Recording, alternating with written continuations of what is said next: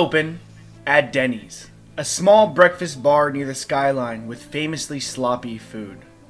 The Patriots sit shoulder to shoulder in a tight booth awaiting their meal. Caesar coos at a small child he's holding, while Radio holds a frozen sausage patty over Caesar's eye.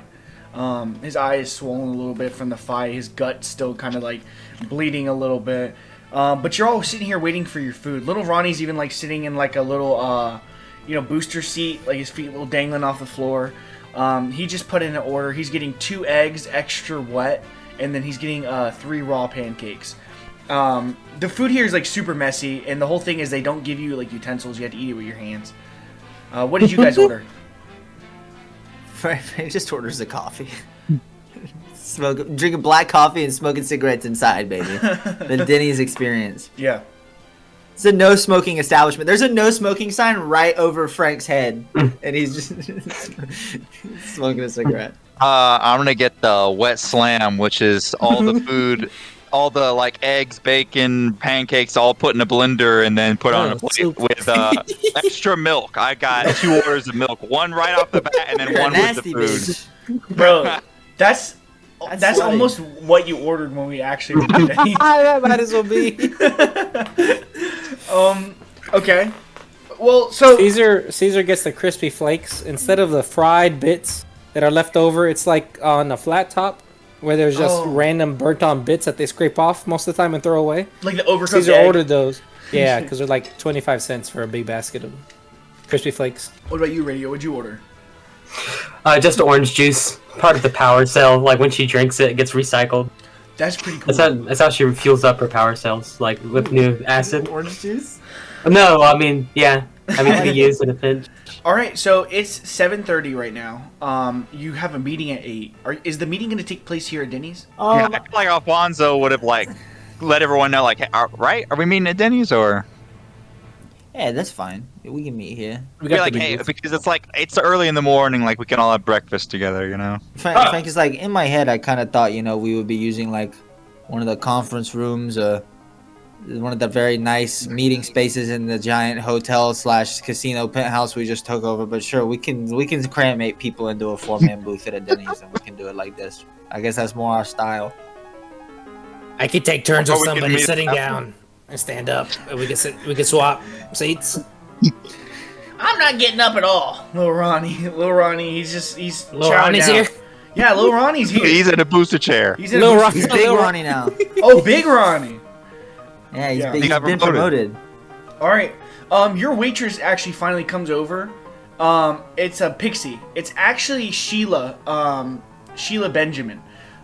Since her husband left and the BBW house has been destroyed, she's come here and she started working here. So, she pulls up. She like tries to reach for your cigarette, Frank, and like put it out with her hand. Respectfully. And Frank hands her like 50 planks and says, "It's gonna stay lit." Oh, well, yeah, of course. I don't know what I was doing. Sorry. Hey, Caesar. Nice baby you got there. Don't talk about my baby. Oh. How you doing? She gets closer. She leans on the table. Her and Caesar have a past, obviously. We're not doing this in front of my friends, Sheila. Oh, okay. All right, well, I got your food. Your food's coming up. Button up that shirt, Sheila. You look nasty. Oh, my God. Sorry. Just because the food's sloppy doesn't mean you have to be. You're right. I'm still trying to get used to working here, of course. I kind of hate it here. Hey Sheila, are you the manager around here? No, I'm a server. You want to talk to the manager? Yeah, go get him. Okay. She leaves. Who comes out is a very slender, elven man. And he's got like really long hair, like a really like bushy, kind of messy blonde hair. And he's balding very much. Like he's got like a very strong widow's peak almost, because like his hairline is receding so hard. He walks up to you guys. He's like, "What can I get for you? I heard you were asking for the manager." Yeah, what's your name? My name is Denny. Right on. Dennis. Frank takes the cigarette out of his mouth and he puts his hand out to shake his hand. Nice to meet you. Hey, you're not supposed to be actually smoking. There's a sign right here above your head. I'm very aware. So listen, Dennis, this is what's gonna happen. Me and my compatriots here are having a little bit of a business meeting. We're waiting on about 4 other people. They're gonna be strolling in here around 8 a.m. This is how it's gonna go down. You're gonna shut the restaurant down. You're not gonna let anybody else in. It's just gonna be us, all right? You guys are gonna hang out in the back of house. Make sure that we're taken care of. Don't come out here. I mean, you understand we're going to be losing a lot of customers in that time. I mean, do you have a way to... If you want to reserve it... Absolutely. Frank starts pulling out money. He's like, you tell me when you're feeling made whole. Keep going. I'm just... Keep going. Okay. All right, slow your roll. You pull out about 500 planks at this point. Which is, we can just give 500 planks Yeah. away, right? We're like not sweating it. Okay, yeah, I give him the money. And I'm going to roll persuasion to go with it, just to kind of like make sure that he thinks I'm a good guy. You get advantage because of the ooh. Okay, well, good thing because I actually crit failed. The one Damn. thing that will fuck me. Okay, 23. Okay. A 23, that's easy. He says, of course, sir. What's your name again? Don't worry about it. Okay. Pleasure doing business with you. We're gonna lock the restaurant down right now. Sheila, lock the restaurant down, and he walks away. We got a big day today, gang. We all, everyone feeling on the same page? Do we need to get up to speed? Anyone got any questions? This is an important, 72-hour stretch we're operating on here. All right. So what's our kind of agenda here? Well, for the meeting or like just in general? In general, I mean, you talking 72 hours?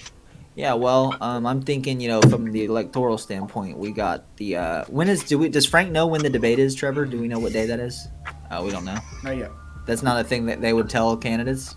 Well, They're just going to tell candidates the Jufus day would of? know, but Jufus is dead. Dead. Okay. Right on. Well, okay. Frank says, well, Philip's got a big day today. After we knock this shit out here, I've got to, do a whole appearance. I got to get Jennifer from the Dead Burger, and I got to get Cyrus from the Kinkus on either side of me. We got to do some PR shit. Later on in the afternoon, or in the evening, we've got to do the fake assassination of Ellis after we get him to sign the executive order. And then I don't know exactly when it's going to be, but I remember Jufus, God rest his soul, talking about a debate coming up in the near future, so I'm sure that's going to be happening as well. I mean, we also got 6 days until the shit, well, 5, I guess now, starting this morning. And Is it really 6 days? I mean, 5 now.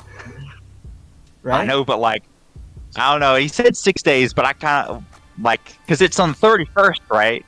Yeah. Because I had calculated that it's the 22nd this morning. Oh, okay. Well, if God's 8 wrong, days, whatever, we got 8 days. Hey, whatever. I don't know. Okay, yeah, right on. don't We care. got 8 days. But the important thing is that this is the only time we have to get stronger before we fucking throw down with Henry. So I don't know what all you guys have cooking, but we maybe need to talk about what we're gonna do to make that happen for everybody. Anyone got any ideas? Yeah, I was gonna go on a spiritual journey at some point and try to seek out whatever deity woke up my brother and see if maybe I don't know if they can give me some type of power or knowledge or something that can help versus Henry Hawthorne. Are you I'm gonna doing, stick like, with this devil guy. shit? Oh, Yeah. Sticky or Lil Ronnie? I'm Lil Ronnie. Sticky's not here. Look around. You see Sticky? No Sticky around here. Lil Ronnie, you really want to be dabbling in the divine hell versus heaven debacle? Look, buddy, I'm a cat. I got 9 lives. I could burn a few on some spiritual journey. And look, Alfonso and I, we don't get much one-on-one time. I think I really want to start hanging out with every member of the group. I already had my solo adventure with you. I killed Stain Throckmorton. He gets louder and looks around, make sure everyone hears him say it. So, All right, buddy, act like you've been there before. Hey, listen, yeah, Big Ronnie, you need to slow your roll a bit, okay? For real, like Fonzie said, I mean, this is your first ever big boy meeting, and you're getting a little boisterous over there. Oh, yeah, goddamn, Turn it down. Turn it down like 4, okay? Bring it down to a 6, please. Lil Ronnie silently slurps his raw pancakes. Yeah. Okay. Hey, and Fonzie, on the topic of deity shit, that sounds cool. I mean, go fuck with the devils, the gods, whatever you want to do. I got something I guess I should probably bring up to the group that I haven't mentioned. How many days has it been since we fought Chris Knox? Like 2 days, Joel? A day or 2? Let me see. Chris Knox was on the 20th, the 19th/20th, so like 2 to 3 days. Okay. Hey, well, listen. A couple of days ago, when I died like 4 times, Hmm. I had some weird shit go down in my brain, and you know, I don't know if you guys remember all that shit that was going down before the zombie apocalypse, but it turns out not only do I have a severe case of multiple personality disorder, but I also might happen to be a god myself. That Frank just kind of says that and lets it linger, because I don't know how to talk about this. Wow, that's a lot to drop on somebody, Frank. Yeah, no shit. Imagine how I felt. I'm dead in the desert, and then this motherfucker tells me I'm envy. You know, I guess I don't know. So maybe I got something cooking around in here that I can't remember that could help us with whatever whatever road you're trying to go down. I don't fucking know. If it comes to me, I'll let you know. But now at least I understand why fucking Conquest wouldn't fucking talk to me, and why he was being such a Yeah. bitch. Yeah, I guess it wasn't being so much racist. I guess is just devils and gods don't get along. Yeah, I guess so. And it's kind of fucked up because personally, I don't really feel much like a god. I've been doing a lot of bad shit recently.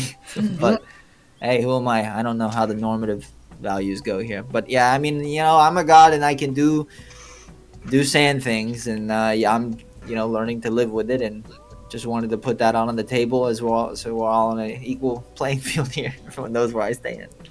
Do you want to bring up the black bullet of death that you got too? Yeah, and one more thing, and I put that down on the table. I got this thing. This is the bullet that if whatever we do with it, we shoot someone, like it undoes the. We don't know what it does yet, right? You don't know. You have a knife. This is not the thing. The knife is what I'm thinking of. Where Yes. if I stab myself, the Hawthorne's powers don't work. Mm-hmm. Okay. Frank just sets the bullet down on the table, and he says, "I got this, and I don't know what the fuck it does." I woke up, and it was in my hand. Caesar, you know anything about any arcane shit like this? You ever seen something like this before? God leaving something like this in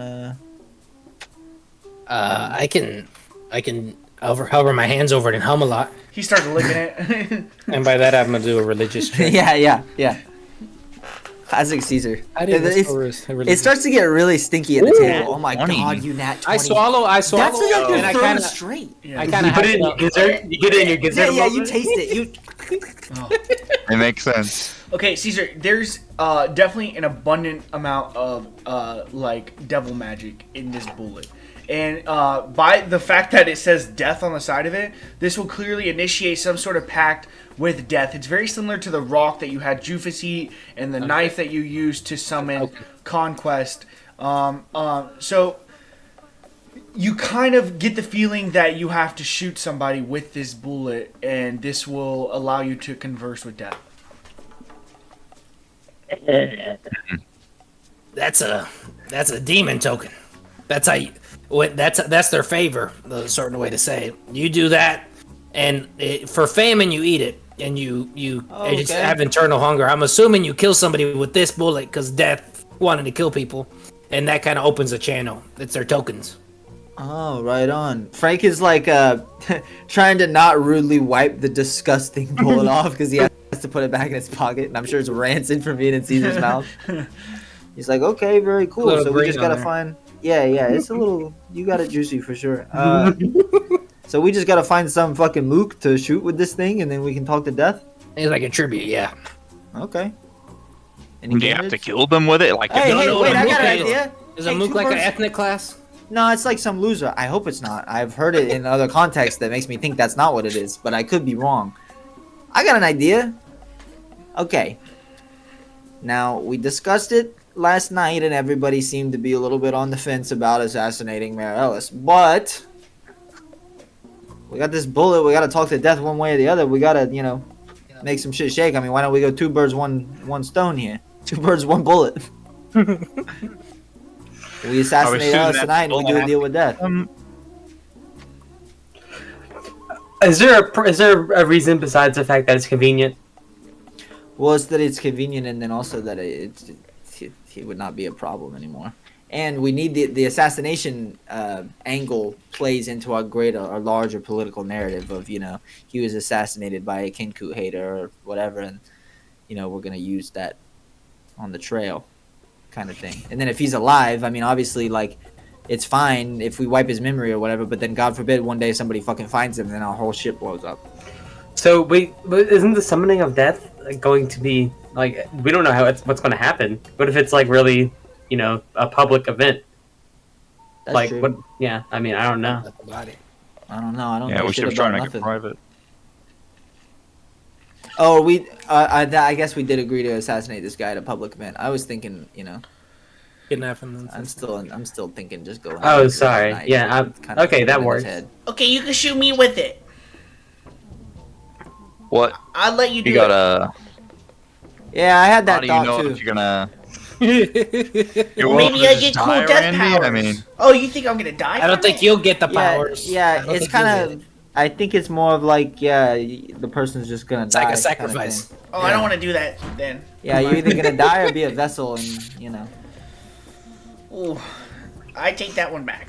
Yeah, welcome to the big leagues, buddy. Maybe start thinking it through 3 steps ahead before you just start shouting out. Sometimes Okay. I get a good idea. Being the new campaign manager, I just figured. Yeah, I mean, respectfully, that is a name only. Okay, that is okay, a resume booster. Okay. Yep. Done. All right, that's Back down. strike 2, Ronnie. Simmer down. Just trying to help. Trying to help. Okay. I don't know. I mean, it's up to you guys. I don't know. We have this bullet, and you're talking about wanting to go on a journey. I'm happy to talk to the motherfucker myself, personally. I mean, Conquest did say Death might be the only one who would work with me. So. yeah, but I'm not even sure if it is death. What if it's one of the other gods? Well, I mean, it would probably say that name. It'd be on a the side, channel. huh? It'd be a channel. No, I mean the one I connected with a demon through a demon. Mother up. Oh You yeah, can yeah. you can make a connection with death through death. I did that for something. Oh, you else. mean like if this is like the regional manager, and we need to go like Yeah, a step yeah. up? They will tell you. Death will tell you at least. I'll work my way up the chain, baby. Don't worry about me. I'm a customer service nightmare. Any thoughts? I mean, I can just pocket it for now. We don't have to do anything with it. Yeah, I well, mean, I think we'll kill some. Someone's gonna die to that. but everybody knows I have it. So, that's the main important thing. I just, Good to I've been know. sitting on this thing and kind of forgot that I had it. So, Brady was going to say, well, I've been thinking about one of the wishes, and when it comes to, you said, getting more powerful, I was thinking if we got production of Warforged going, you might find a large number of volunteers who would be willing to fight for, the right to a nation state, the right to live. So, I was thinking, Okay. maybe wishing for a compass that pointed to the nearest unoccupied Warforged shard. Because we aren't able to make more of them easily. So finding them is the only way to make new consciousness. so with one of these shards, we can make an army? We can replicate that one and turn it into multiple, or what's the deal here? Are we just going to use this wish? We get one wish, one guy. What she's talking about is getting a compass that will point you to a new one each time. Oh, after Are they, oh, are they all okay. within a Mhm. geographic enough area that we can collect a bunch of them? There might be enough in I- Arkney to do something Yeah. like that. Who knows? There's a battle site here. Like, isn't that like one of the reasons why there's so many here? Yeah, Exactly. it's outside of town. That makes sense. Okay, I like that. I can get down with that. I mean, when you say nation state, I mean, does it have to be somewhere else? I mean, Arkney doesn't work. We could just let them kind of chill and hang out with everybody else. No, or they kind of want to do their own thing. I don't know. I feel like We're trying to build an inclusive nation here. That's true, but I feel like there might be a fundamental understanding between us. That's that, hey, I don't know. that's real. Hey, people want to do their thing. I don't really care. I think there's never going to be a situation where having an army of warforged on our side is a negative. So if you think you can get up and, I mean, we got 8 days until the election. I mean, I suppose we don't necessarily know that means we have to throw down with Hawthorne right afterwards. But how long would it take you to kind of get up to scale here in terms of bodies, finding the shards, building the bodies, getting them uploaded? What kind of downtime are we talking, or uptime? That's a good question. I mean, it'd be advantageous if we could find some kind of pre-constructed bodies, not to build them ourselves, but that's something I have to look into. I don't know if that'd be easy to do. But yeah, creating enough bodies for a significant amount of Warforged in 8 days would be difficult, I imagine. It's true. Did you, when you were reading through the Fed's files, did you find anything about maybe where some bodies might be, or do they know anything about like a repository? I asked knowing the answer, but I'm asking in character. No, I don't think there was anything. So, yeah, there might not be anything on that front. I mean, I don't know. I have to look into it. By the way, Radio, very early this morning while you guys were heading to Deadburger, she checked her phone and she realized that, I don't know if Goff has picked up on the fact that you guys have been tracking his phone or reading his messages, but that contact has been completely severed. So Radio no longer has access to Goff's phone. She no longer has any access to the evaluators. Radio, if you one thing I will tell you guys though, Radio, right before access was cut off, you were able to triangulate the position where the evaluators are operating from.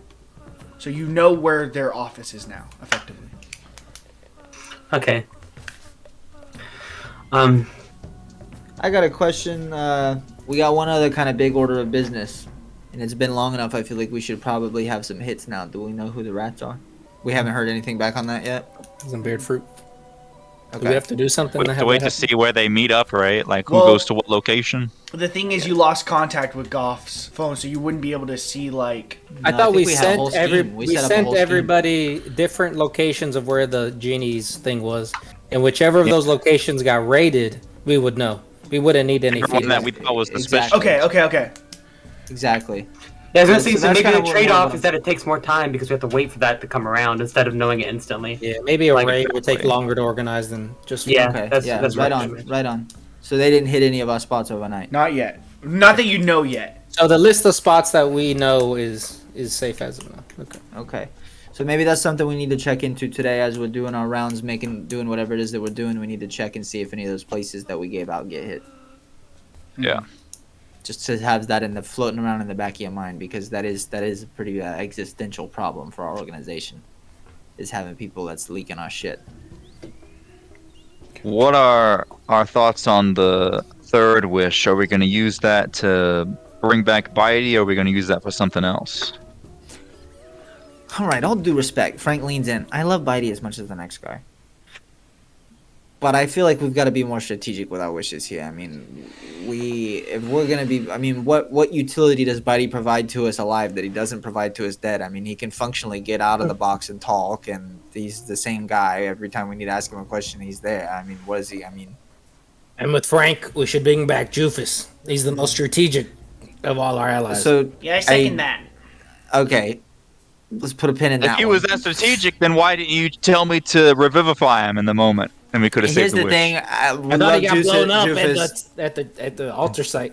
Casualty of war. Things happen. Bad things happen to good people. I don't think we're in the business of one man, one wish. I just think it's inefficient. And if we're gonna be doing a one man, one wish situation, it needs to be one of us that's getting juiced the fuck up, and not us bringing back some kind of bum ass NPC that can't really do anything other than make us laugh.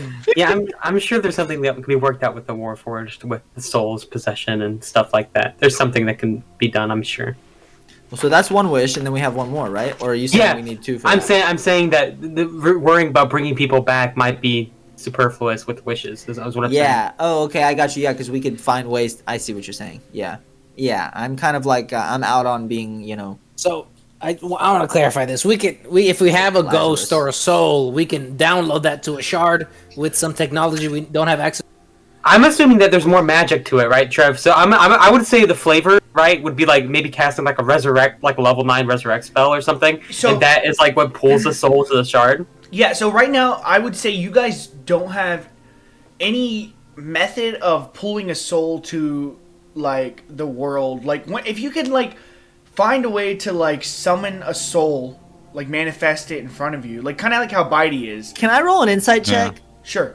As a god to know if there, I feel like I would maybe inherently know if there's some kind of like soul realm or something like Roll that where insight. these things exist. 13. Hey, you see Frank thinking real hard, Joel. Do you flash me up? I think I'm out of flesh pieces until I long rest. No. Fuck. So, okay, with that 13, first of all, you don't really have access to, like, Envy's memories or anything, like, because you're almost, like, a subsection of Envy. So that's Yeah. kind of, like, some explanation for why you can't really think of this. Instantly, your head flashes to Death. Death could probably help you summon souls. Then you also think back to, I'm going to say you guys all think back to the big guy. who's currently inside of Cyrus. He could probably like do a seance or something and summon a soul. He brought Bitey's soul back to the living, basically. I mean, he created Bitey as a ghost. You could probably figure something out there. Okay. Also, soul gems are a thing. So there's soul gems. You could probably put a soul, you could summon a ghost, put them on a soul gem, and then use like this cradle to transfer from the soul gem to the shard. Right. Something like that. This is all. These are possibilities. Okay, and so, obviously we all kind of talk about that or whatever. And Frank says, and my thing is, like, I don't necessarily feel like we need to find somebody that can do this for us as much as we need to understand the mechanism. Because I'm very confident that if Radio and Alfonso understand exactly, what's happening, we can find some way to do it on our own without having to probably involve too many other people. It's Right. more of, like, understanding the issue. I mean, it's just a lack of information. Yeah, I mean, there's shit cooking that we don't even fucking know about. We're just little mortal ass motherfuckers. We're getting there. We're getting there. Okay, I mean, Frank checks his watch. I guess it's probably like 7:55 by now, Yeah. right? The bell dings as they walk in. So who walks in is, they come in as a group. They clearly traveled together. So who you see is Anakin Drow, Vanya, Rice, and Raylo. So Right on. Anakin's kind of the ringleader of this group, and he walks forward and he starts shaking your guys' hands. And he Yeah, pulls up a Frank couple stands up to chairs. greet everybody. How's it going? How's it going? How's it going, Good to guys? see you. Hello. Thank All you right. all for coming. Have a seat. They pull up chairs, stools, sit down around your little booth, and get comfortable. Rice is moody. She's clearly not wanting to talk.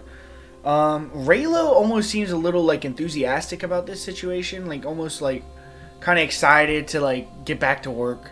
Vanya's a little trepidatious, but she keeps flashing like little eyes at Alfonso, and then Anakin, he's strictly business. Well, like I said, thank you all for joining us today. I know that these aren't the greatest of circumstances, seeing as how there's a lot of question marks hanging in the air. You might be wondering, what happened to my job? Is my boss dead? Is my dad dead? All these different things, and I'm here to assure you, functionally speaking, from this point forward, nothing in your life is going to change, and if anything, it's only going to get better, and you're going to make more money. And so before we have any kind of dialogue, I just want to make sure that I'm starting from there, and you guys know that that's where we're at here. We appreciate you saying that, Frank. This is Anakin talking.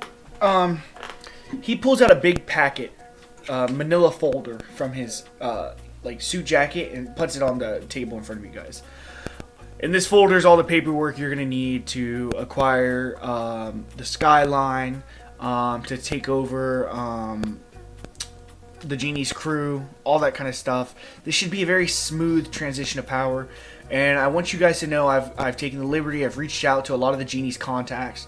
Henry Ork, he runs Happy Face Transport. I've talked to a few of these other businesses. It's all looking good. All these guys are actually, I mean, of course they're wary, right? The Genie, he was a good boss, treated everyone with respect. So they're wary, yes, but let me tell you, these guys like money, guys, and you have money. So, I mean, as long as you guys hold up your end of the deal, treat these guys with respect, treat them right, I think this shouldn't be a problem, and I think we can do the deal we talked about, where you release the Genie after you're done, you don't kill him, you don't do anything bad, and we go our separate ways once everything here is finished. So I just need you guys to sign some of this paper.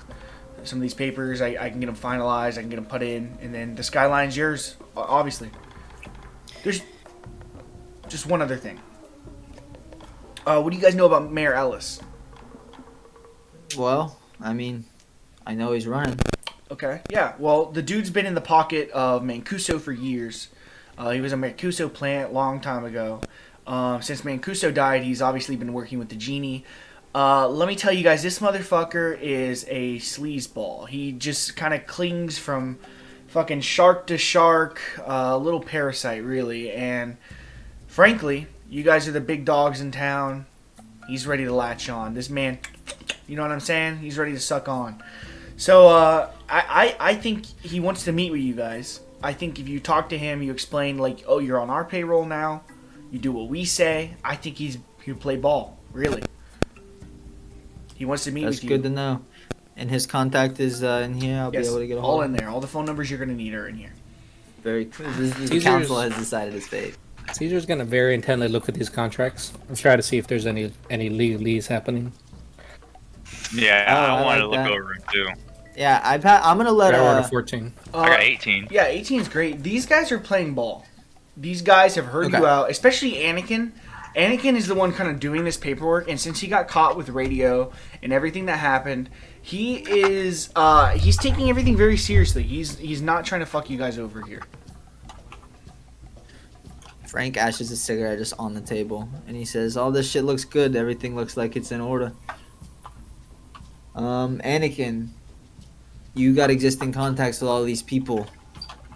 Can I trust that you can kind of keep the criminal side of this shit flowing on your own, or is this something that we need to kind of take over and handle? Can you get Fonzie up to speed? Because he's going to be the one that needs to be plugged in with the channels of distribution. Yeah, absolutely. Yeah. So the Genie has a wide distribution network. Here's what I'm going to tell you guys. The amount of money you're making on Flamingo is infinitely less than it can be. You guys could be making up to 10 times the amount you're making now. And with the Genie's distribution network, this is going to be possible. This is going to be easy. Alfonso, one thing I want to tell you. This is out of character. So remember how I had said like, oh, you roll this dice into Arcana check and it'll tell you how much you make. Exactly. So you guys had said that it felt too low, and it was like Flamingo was like 10 a pack or whatever, and then it was like Sapphire's 15. Yeah, and then Sapphire was 15. I added a 0 to each of those. So Flamingo is now 100 sweet. per pack. And in canon, the reason why is just because the Genie's distribution network is huge. Another makes thing, sense that we have no competition. Exactly. And so another thing, Alfonso, you can now cook every long rest. I mean, every short rest. Every short rest, you can cook. Oh, sure. I was going to say, I feel like I was cooking every long rest either way. Exactly. Well, originally what I said was every 2 days you can cook. Oh, okay. So. But now I like every time you short rest, so you can like cook 2-3 times a day. Also, I have like access to my old lab now, right? Like with all the stuff that was in it that I had before. Yeah. So, yeah, that's huge. Plus, I have the B team to help. And we haven't even technically started selling the Sapphire No, yet, not have really. we? Not really. Yeah, not really. Yeah. And here's another thing, guys, and this is big. In the prison, you guys completely own the prison now. In prison, your product is going to sell for 3 times the price that it normally sells for. The only drawback there is in the prison, you can only sell about 50 packs at a time. That's no big deal. Listen, this is all very good information we're hearing here, Anakin. I can't say that I'm disappointed in what you've brought here today. It's good shit. And listen, I've also been in contact with a few of your guys, Mr. Cat and Mr. Clown. They've come to me. They're wanting to work a lot on the distribution side, and so I've handed a lot of this information over to them. I'm thinking about letting them kind of run distribution for you guys. They've talked to Senior Bird. They've been talking to Gary. They're trying to automate this drug business to the point that Alfonso cooks and they pick up wherever Alfonso cooks or wherever he leaves it, and they distribute it and everything. And then they'll bring you the money. Perfect. Interesting. Okay. Well, that's very cool. This is all good. The official deed is going to be signed over to Mr. Philip Fuck, one of our supervisors, the candidate for mayor. He couldn't be with us this morning. He had another engagement, but I trust that you're okay with us signing on his behalf. Absolutely. Yeah. And Vanya here, as the manager of the Skyline, she's going to be like filing these, and she could still work there if you want. We are all in your service. It's just, we just hope that you uphold your end of the deal and don't kill the Genie. You guys need a place to stay? Where are you living at? Where did the Genie have you put up? Well, we were all staying in the Skyline. Okay, that can stay that way. You guys are aware of I don't know, did I mention, Anakin, the pivot that we're going to with the Skyline? Did I talk to you about what the plan is? No, I don't think so. Okay, well, let me go on ahead and update all of you. No more debauchery at the Skyline. The casino, as it stands now, is going to cease to exist. We're going to convert the entire building into public housing for disadvantaged communities. Zombie, Kenku, potentially even Warforged soon. Now, obviously, all of our people will be put up there, and they'll get, you know, the nice rooms and all that shit. But that's kind of going to be the new angle. So anybody that's going to want to work at the Skyline from now on, you know, that's kind of going to be where we're at. Now, Vanya, we are working on exploring options to set up another location for a casino in the Dying District. And you have my word that whenever that opens, you can just step right back into where you were at the Skyline and run that. But for now, maybe you kind of hang out at the Skyline and, I don't know, kind of serve as like the property manager and that kind of thing. Leasing specialist. Okay, yeah. Well, okay. That sounds good. I think I can do that for you. I think we're all good here. Just real quick, can I ask you, what's the plan with your wishes? I mean, this situation here is strictly business, and it's gonna flow a lot better if you don't go asking questions that are none of your business. okay, you're right. Let me dial it back. Why do you ask? I just feel like my dad can be really useful to you if he was free. But I understand, you know, I'm not gonna push anything. Frank is just staring at her deadpan, ashing a cigarette on the table. And Anakin, he sits up, he kind of leans forward, he's like, the public housing, a lot of the stuff you guys are doing, this is a lot. We can get this done for you. Easy. And he stands up, and he brushes himself off. He's like, pleasure doing business with you guys. I think it's about time we head out. If you need anything, call me. You have my number. Thank you guys. And he starts to walk out, and he kind of stops, and he looks over his shoulder. He's like, I hope you don't take any offense to this, but, I mean, if things had gone differently, I really think you and the genie would have worked well together. And then he leaves. Everything happens for a reason, buddy. As the Can't all bell be dings, winners. he hears that. And he's just a little sad, and he walks out.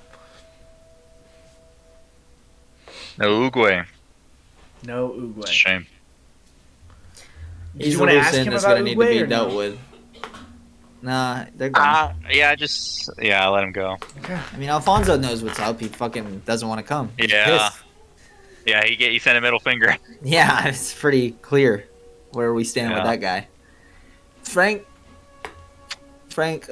takes a long drag of his cigarette and he says, now I can't help but get a little paranoid at how he has decided that he wants to hand our entire distribution network over to 2 brand new members of our organization.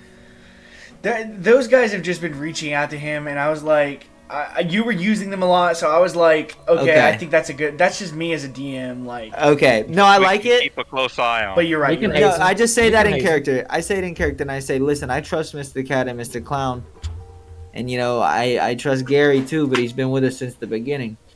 So those 4, you know, the more they know about our organization, I don't know. We just need to make sure that they're kept strictly to the drug shit, just in case I that they're think the we keep a narcs. close eye on him, and we just let them know any slip-ups will induce strict reprimands. All right, I'll talk to Mr. Cat and Mr. Clown later today. Okay. All right, well, I mean, that was pretty successful. What time is it now? It's 8:30. I need to put a press release. I mean, it's a little late to do a press release, but I need to get an event ready at the front of the Skyline. So, you guys got anything for me, or can I peace out and everybody kind of goes their separate ways? What are we thinking? Yeah, I've got to go get my brother ready for surgery. All right. Hey, listen. Before I go, let's nail this down. Ellis tonight. Clearly, he wants to meet with us. It probably wouldn't be that hard for us to, you know, get into wherever he is.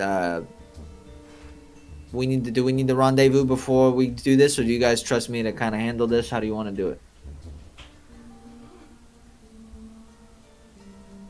I feel like I can be done with all my stuff by tonight, Yeah. and to meet back up. Caesar Radio. I can meet back up, yeah. Right on. All right, we link back up at let's link back up at 6. All right. With Hey, that, Dennis. ooh, okay. Dennis comes in. What's going on? You're good to open up shop, buddy. Thanks for playing ball. Hey, no problem. Hey, listen. You guys look important. You guys got a lot of money. I heard you talking about the skyline a little bit. If you guys... No, you didn't. Oh. You shouldn't have been listening. I flick my cigarette in his face. Damn. Forget my face, and I walk out. I'm not gonna let him. I don't know what he was gonna say. All right, Dennis, he cries a little bit, but you got 500 planks, so he doesn't care. So everyone is now dispersing. I'm gonna go around and just kind of ask where everyone's going. So, Alfonso, you're going to the hospital, right? Or no? Yep. What about you, Caesar? You have a new baby. You're gonna show that to your wife or what?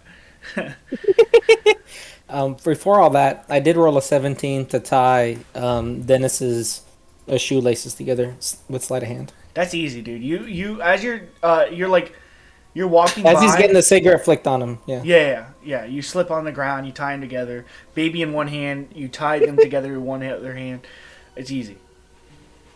What about you, Radio? What's your deal? Where are you going? Radio wants to look into Lirio Han's like old collection and see if there's any Warforged bodies and stuff that she could look into. Maybe some kind of, if not a surplus of them, at least a blueprint to start constructing new ones. Okay. Are you gonna make this wish? Like, when are you gonna make this wish? I don't know. I don't know. Because I feel like it can be made at any point now that you know what it is. I mean, yeah, I just felt like I don't know what time does it matter what time we do the wishes? Okay.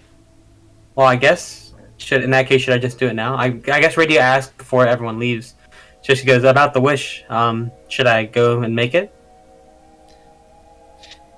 Hey, I've said it before. I've got to let him cook philosophy on the wishes. Do your thing. I trust you, Radio. Yeah, I appreciate it. The opportunity. Benny would have appreciated it too, I'm sure. Isn't your goal with this? Wasn't it to also? What was the thing with bringing Benny back? Is that tied to the wish?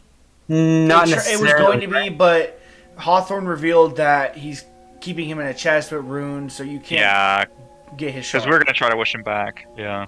Oh, I see. And Hawthorne said he would Radio give wants you to the shard sacrifice himself. in exchange for you. Or a different shard. Okay, yeah, right on. Okay, sorry. Just wanted to Okay. clarify. I You're couldn't good. remember. Okay, you want to go through the role play of making that wish then? Sure. So I'm gonna go back to. Sick. So where did we end up saying the lamp was? It's at the call It's center. in the call center in the Okay. office. Yeah, it's All in right. the office. Well, Okay. you technically can just say where it was because you were the one who hit it. So whatever you Okay. say is going to be canon. So it's going to be in a lockbox underneath like one of the old desks. It's one of those keys that have like the two prongs on it. It's like a really old key. Yeah, it's like in that kind of lock in the desk in like one of the offices. Okay, sweet. So Radio's Oh, going to the music call is so center good for this. to make a wish. Alfonso is going to the hospital. Frank, you're going to go put out a press briefing. No, I'll talk about what I'm doing Okay. when it comes to me because I got a lot of moving parts. And Eduardo, what's Caesar doing? I feel like Caesar's going to see his dad at the hideout they have at the what hotel are they The at? Dying District. They're at the Dying District. Okay, so we split off. Who wants to go first? Radio. Let radio go. Yeah, Just make I a can go. wish. Radio. There's a short time skip as everyone disperses, gets into separate taxis, and heads in the direction they need to go.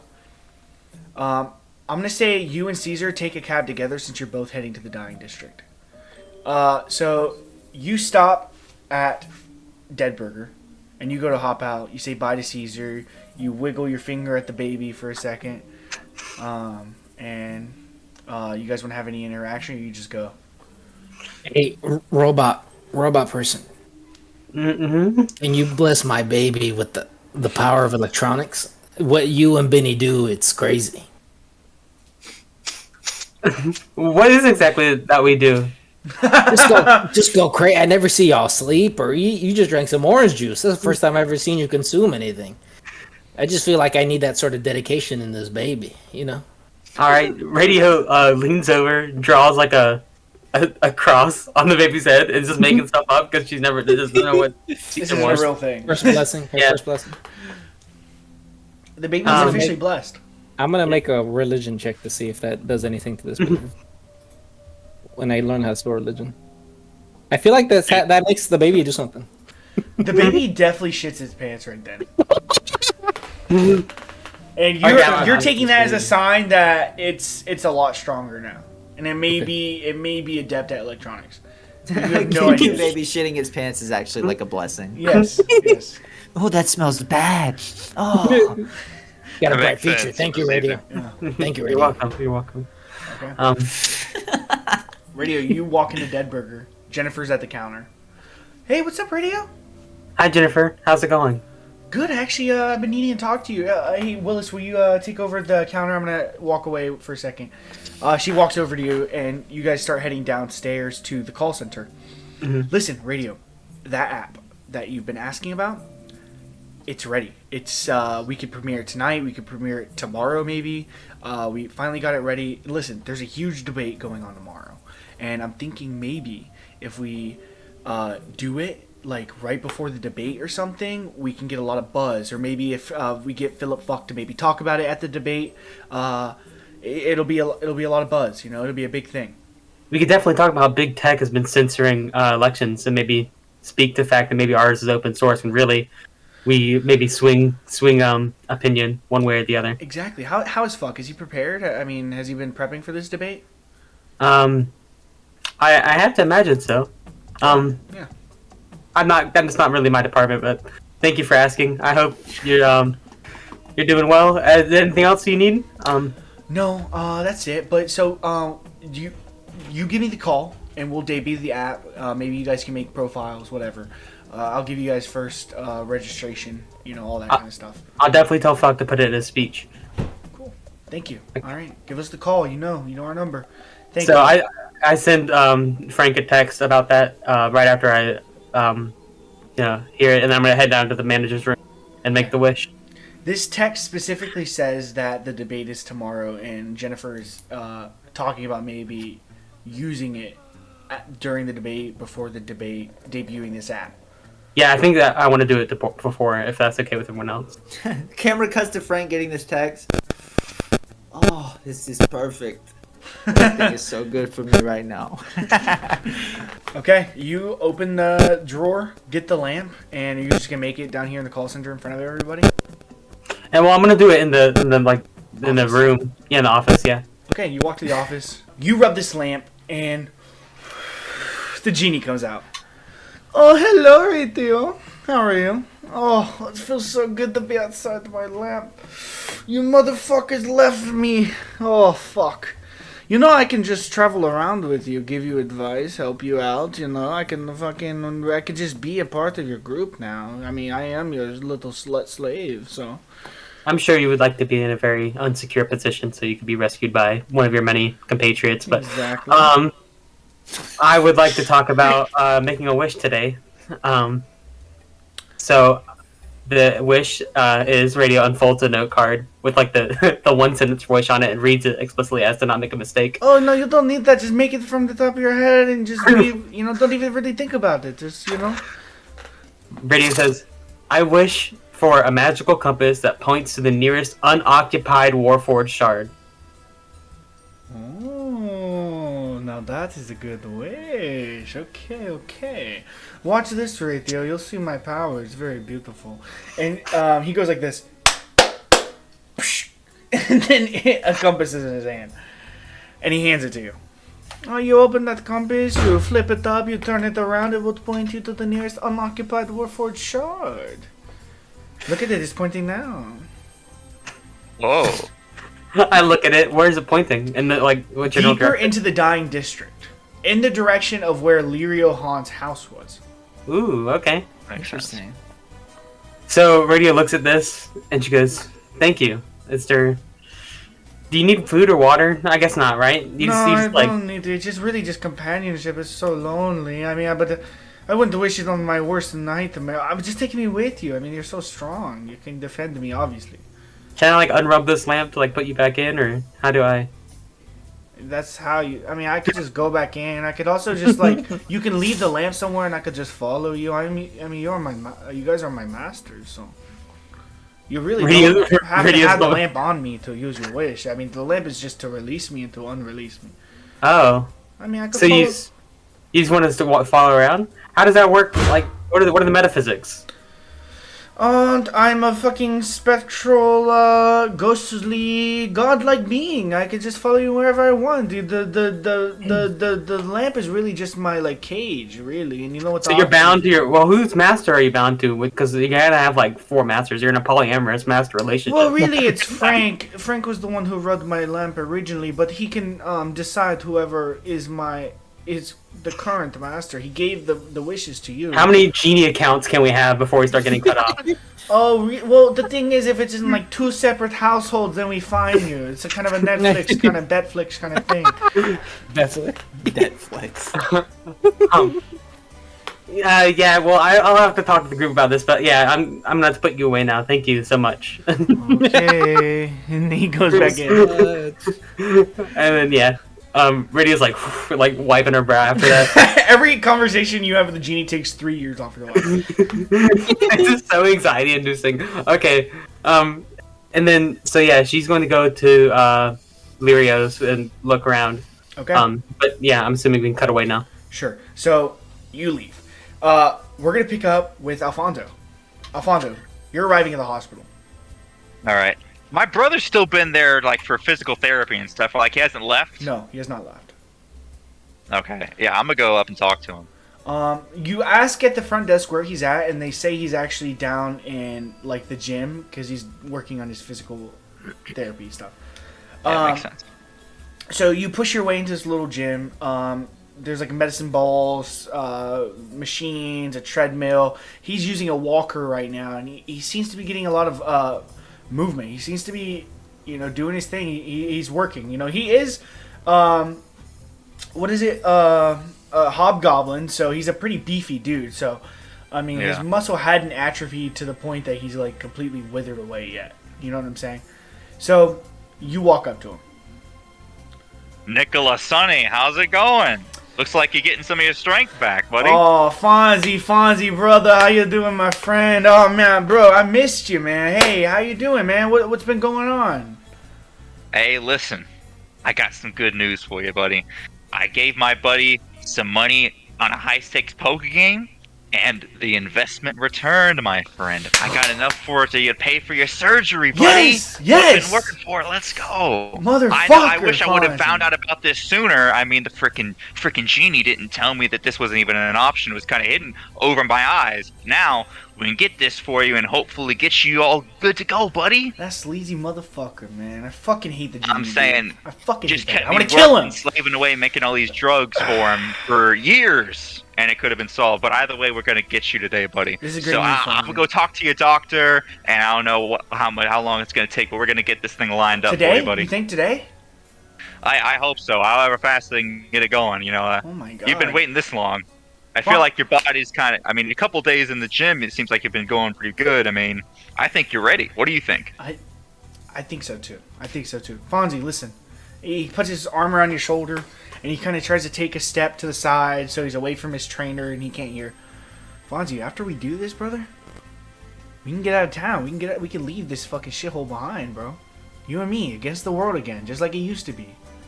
Everybody, fuck them. We're gone. All right, we just got to let you recover first. All right, I'm not sure how much recovery is involved in this, but we got to get you back to full strength that way because I feel like on this journey there's going to be a whole lot of like trials and tribulations that we're going to have to go through. So I need to make sure that you're full strength. Can I level with you, brother? Yeah. I don't want. I say we do the surgery. We leave the next day. We got to get out of this town. I understand that, but I've kind of got some roots that I've laid down. I need to finish some stuff in this town. But it's not going to take that much longer for, like, I don't know, can we do it, like, in sometime in November? God, November. Like, give me a couple weeks. Fonzie, I don't know how to describe it to you, but I feel like I'm going to die if I stay in this town. I feel like I have a compulsion. I feel like I can't fucking sit here any longer. I can't explain. I've never felt like this in my life. Okay. Well, you don't have to stay here. I can finish up. I can meet you somewhere. All right. If you feel that compulsion to leave, then you can leave. There's something about it. You have to come with me. You have to. It's weird. I can't explain it. Can I be honest with you, I'm brother? gonna. Yeah. What's going on?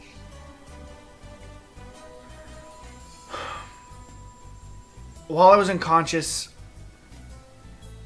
Dad would visit me sometimes. I mean, that could have just been your neurochemicals in your brain. You know, like He can just dream walk. hallucinate. You know that. We know this. Oh, I think well, he we found do. us. I think he found us. Well, has Alfonso seen him? No, never. Hey, well, here's the thing. I've never seen him, so I got no idea what you're talking about here. I can't relate to this experience that you're having. It's not just that. Before I woke up, like literally right before I woke up, I had a weird vision. Something I'd never seen before. There's a figure, deep purple. He had a brown rope tied around his neck. And he put his hand on my face. And he told me, I have to get you out of Arkney, or you're gonna die. And then I woke up. Okay, I'm sorry I didn't tell you immediately. I thought it wasn't the right time, but for some reason I just can't shake this fucking feeling, Fonzie. We have to get out of town. I don't know. I've never felt like this in my life. I feel like if I don't do this, we're gonna die. I feel like I can't not do this. You know what I'm saying? I've never felt like this. I understand you. Like I said, I have commitments I've made. I cannot leave yet. If you want to leave, I'm not going to keep you here after you're good to go. His head but starts I pounding. need to finish this. Buddy, all right, listen. I'm going to finish everything as soon as I can. Hopefully we can leave as soon as we can, all right? Okay, yes. I'm going to do everything I can, all right? Yeah, you talk to the okay. doctor, brother. You talk to the doctor. All right. Let's get this surgery going. Make an insight check. Yeah. My insight is not the best. Ooh, that's a nat 20. Oh, Nice. dude, beautiful. A nat 20, you start seeing shit floating in your head. You're putting all the pieces together.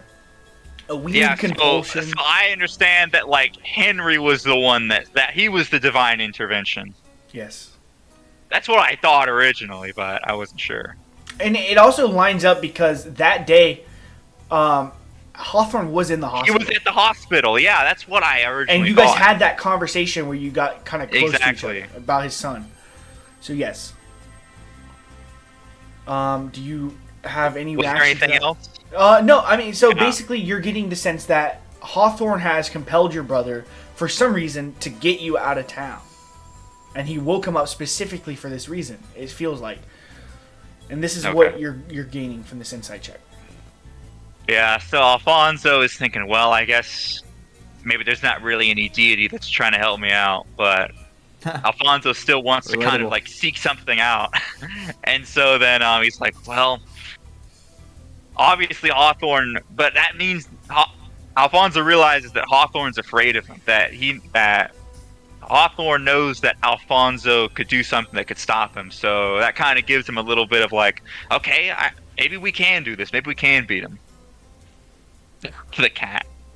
But Alfonso's gonna go talk to Dr.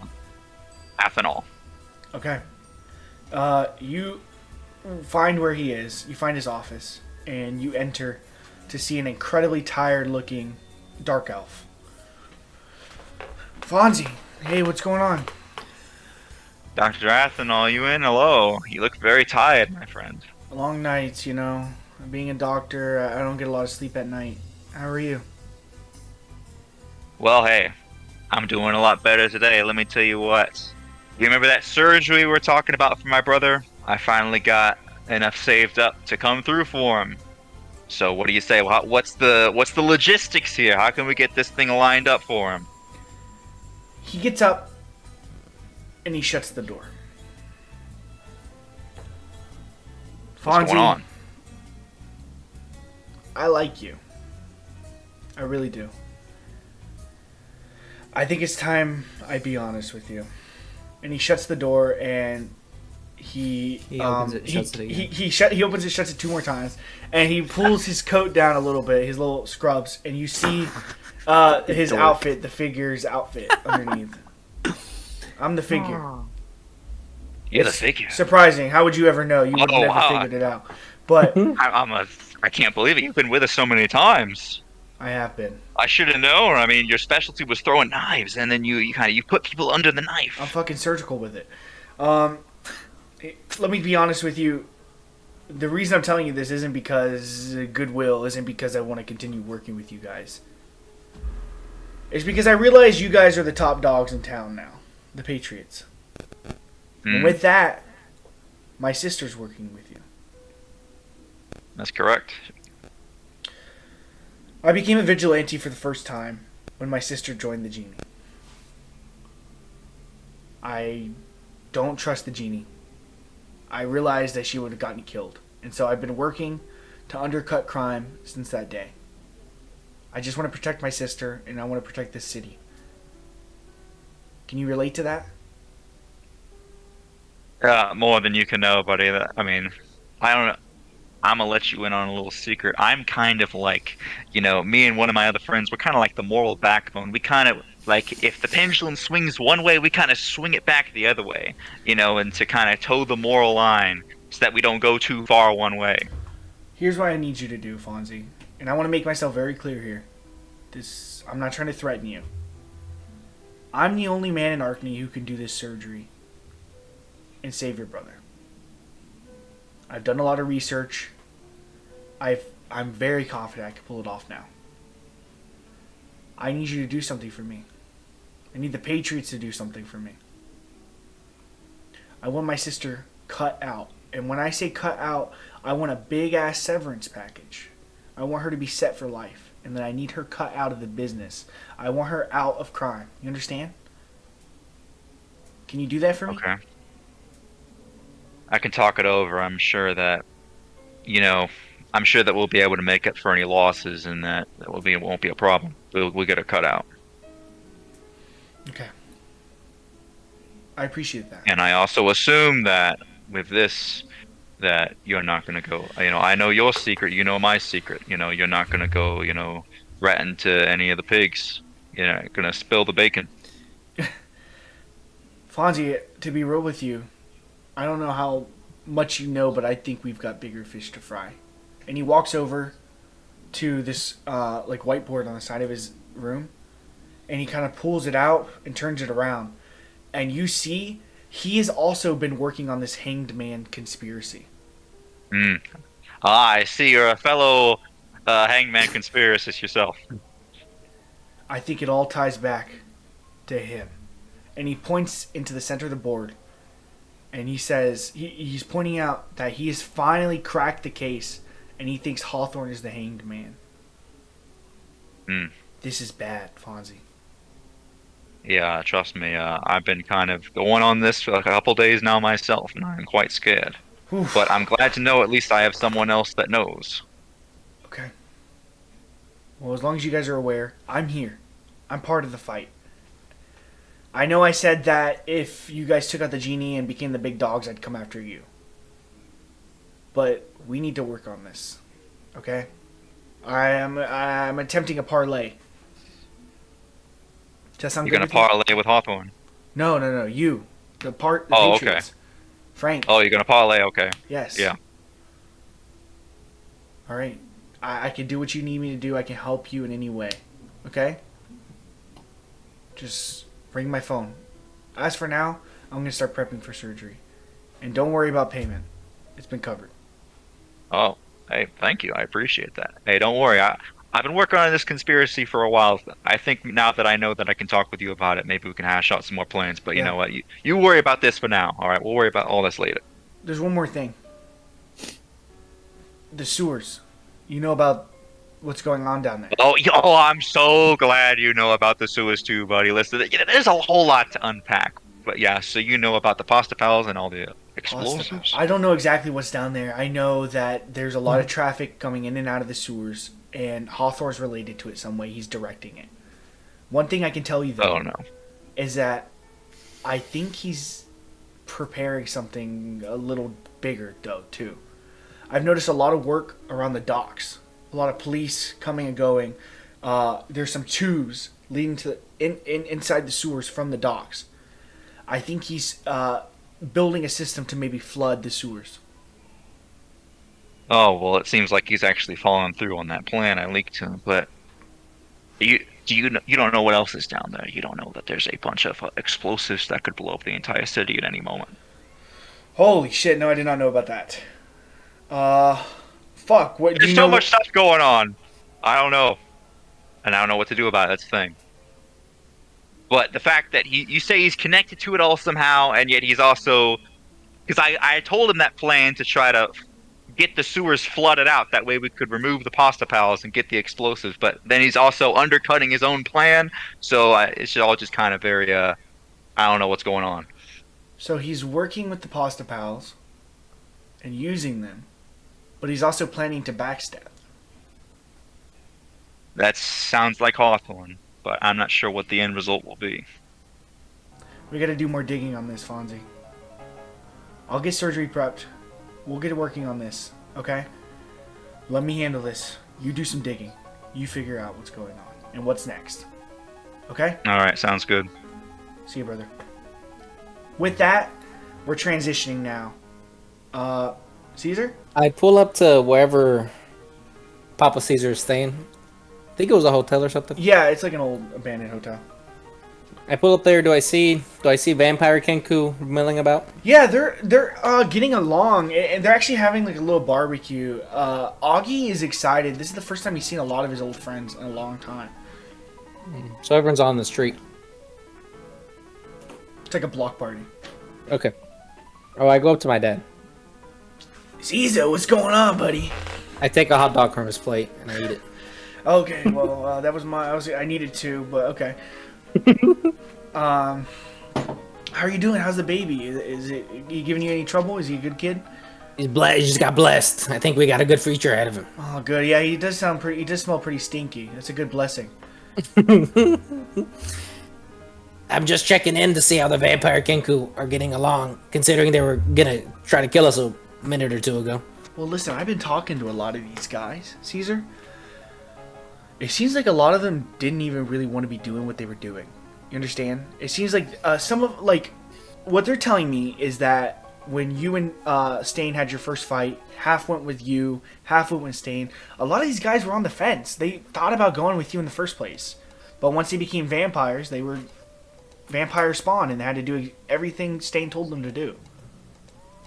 Damn. The dude was manipulating them. He was using them. They had no real control. Vampires So- suck. They do. And listen, I'm talking to some of them about maybe getting a contact at the hospital, maybe finding a way to get legal blood. I know there's also like a meat packing facility somewhere in Arkney that maybe we can get some of their animal blood. I hear it's not as good and you have to drink a lot more of it, but I'm hearing it could work long term. I like that. See, that's some king activity, some Kenku king activity. I'm just a humble man. Caesar, I'm not. I learned a lot when I died. Let's say that. I would assume someone would.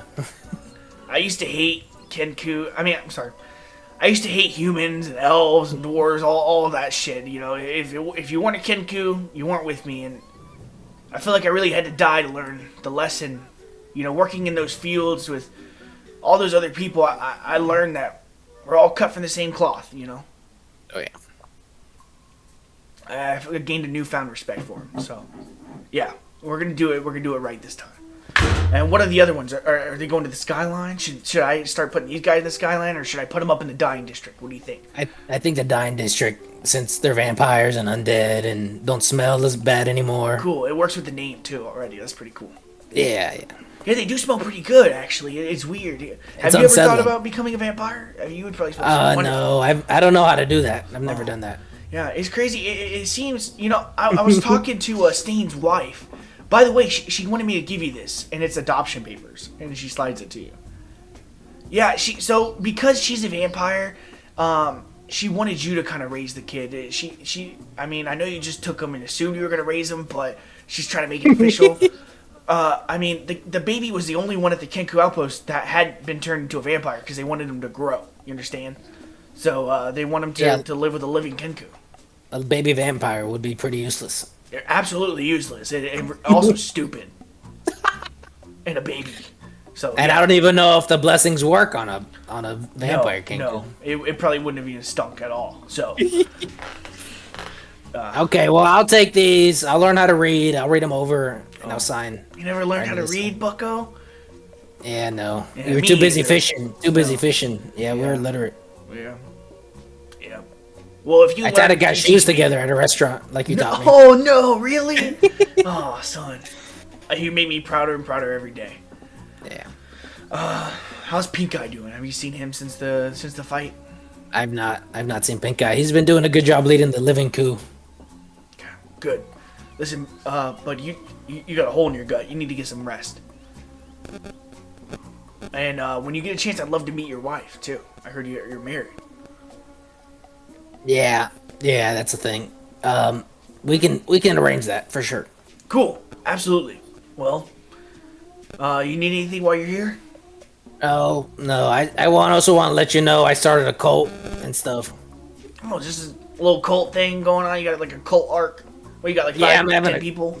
Cult arc. That's kind of my fallback if things go bad or if things go good. It's good to have many backup plans because you never know who's gonna die when you're gonna need an alternate. I saw that little Ronnie guy in action when he killed Stain Throckmorton, man. I was like, why is he running with a fucking hobgoblin and a robot when you got a cat fucking cowboy here? But that's not my even place, you know.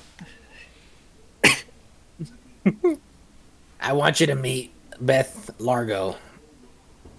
Oh, She's Beth kind Largo. of a cult figure. I don't know. I'm thinking maybe you and her can get together. I'm sure you're lonely. Need a woman's touch. Oh, you're talking about this horny old woman over here. She's And he points. And they're still like, it was just yesterday where they like bandaged her up. So she's just been chilling in the dying district.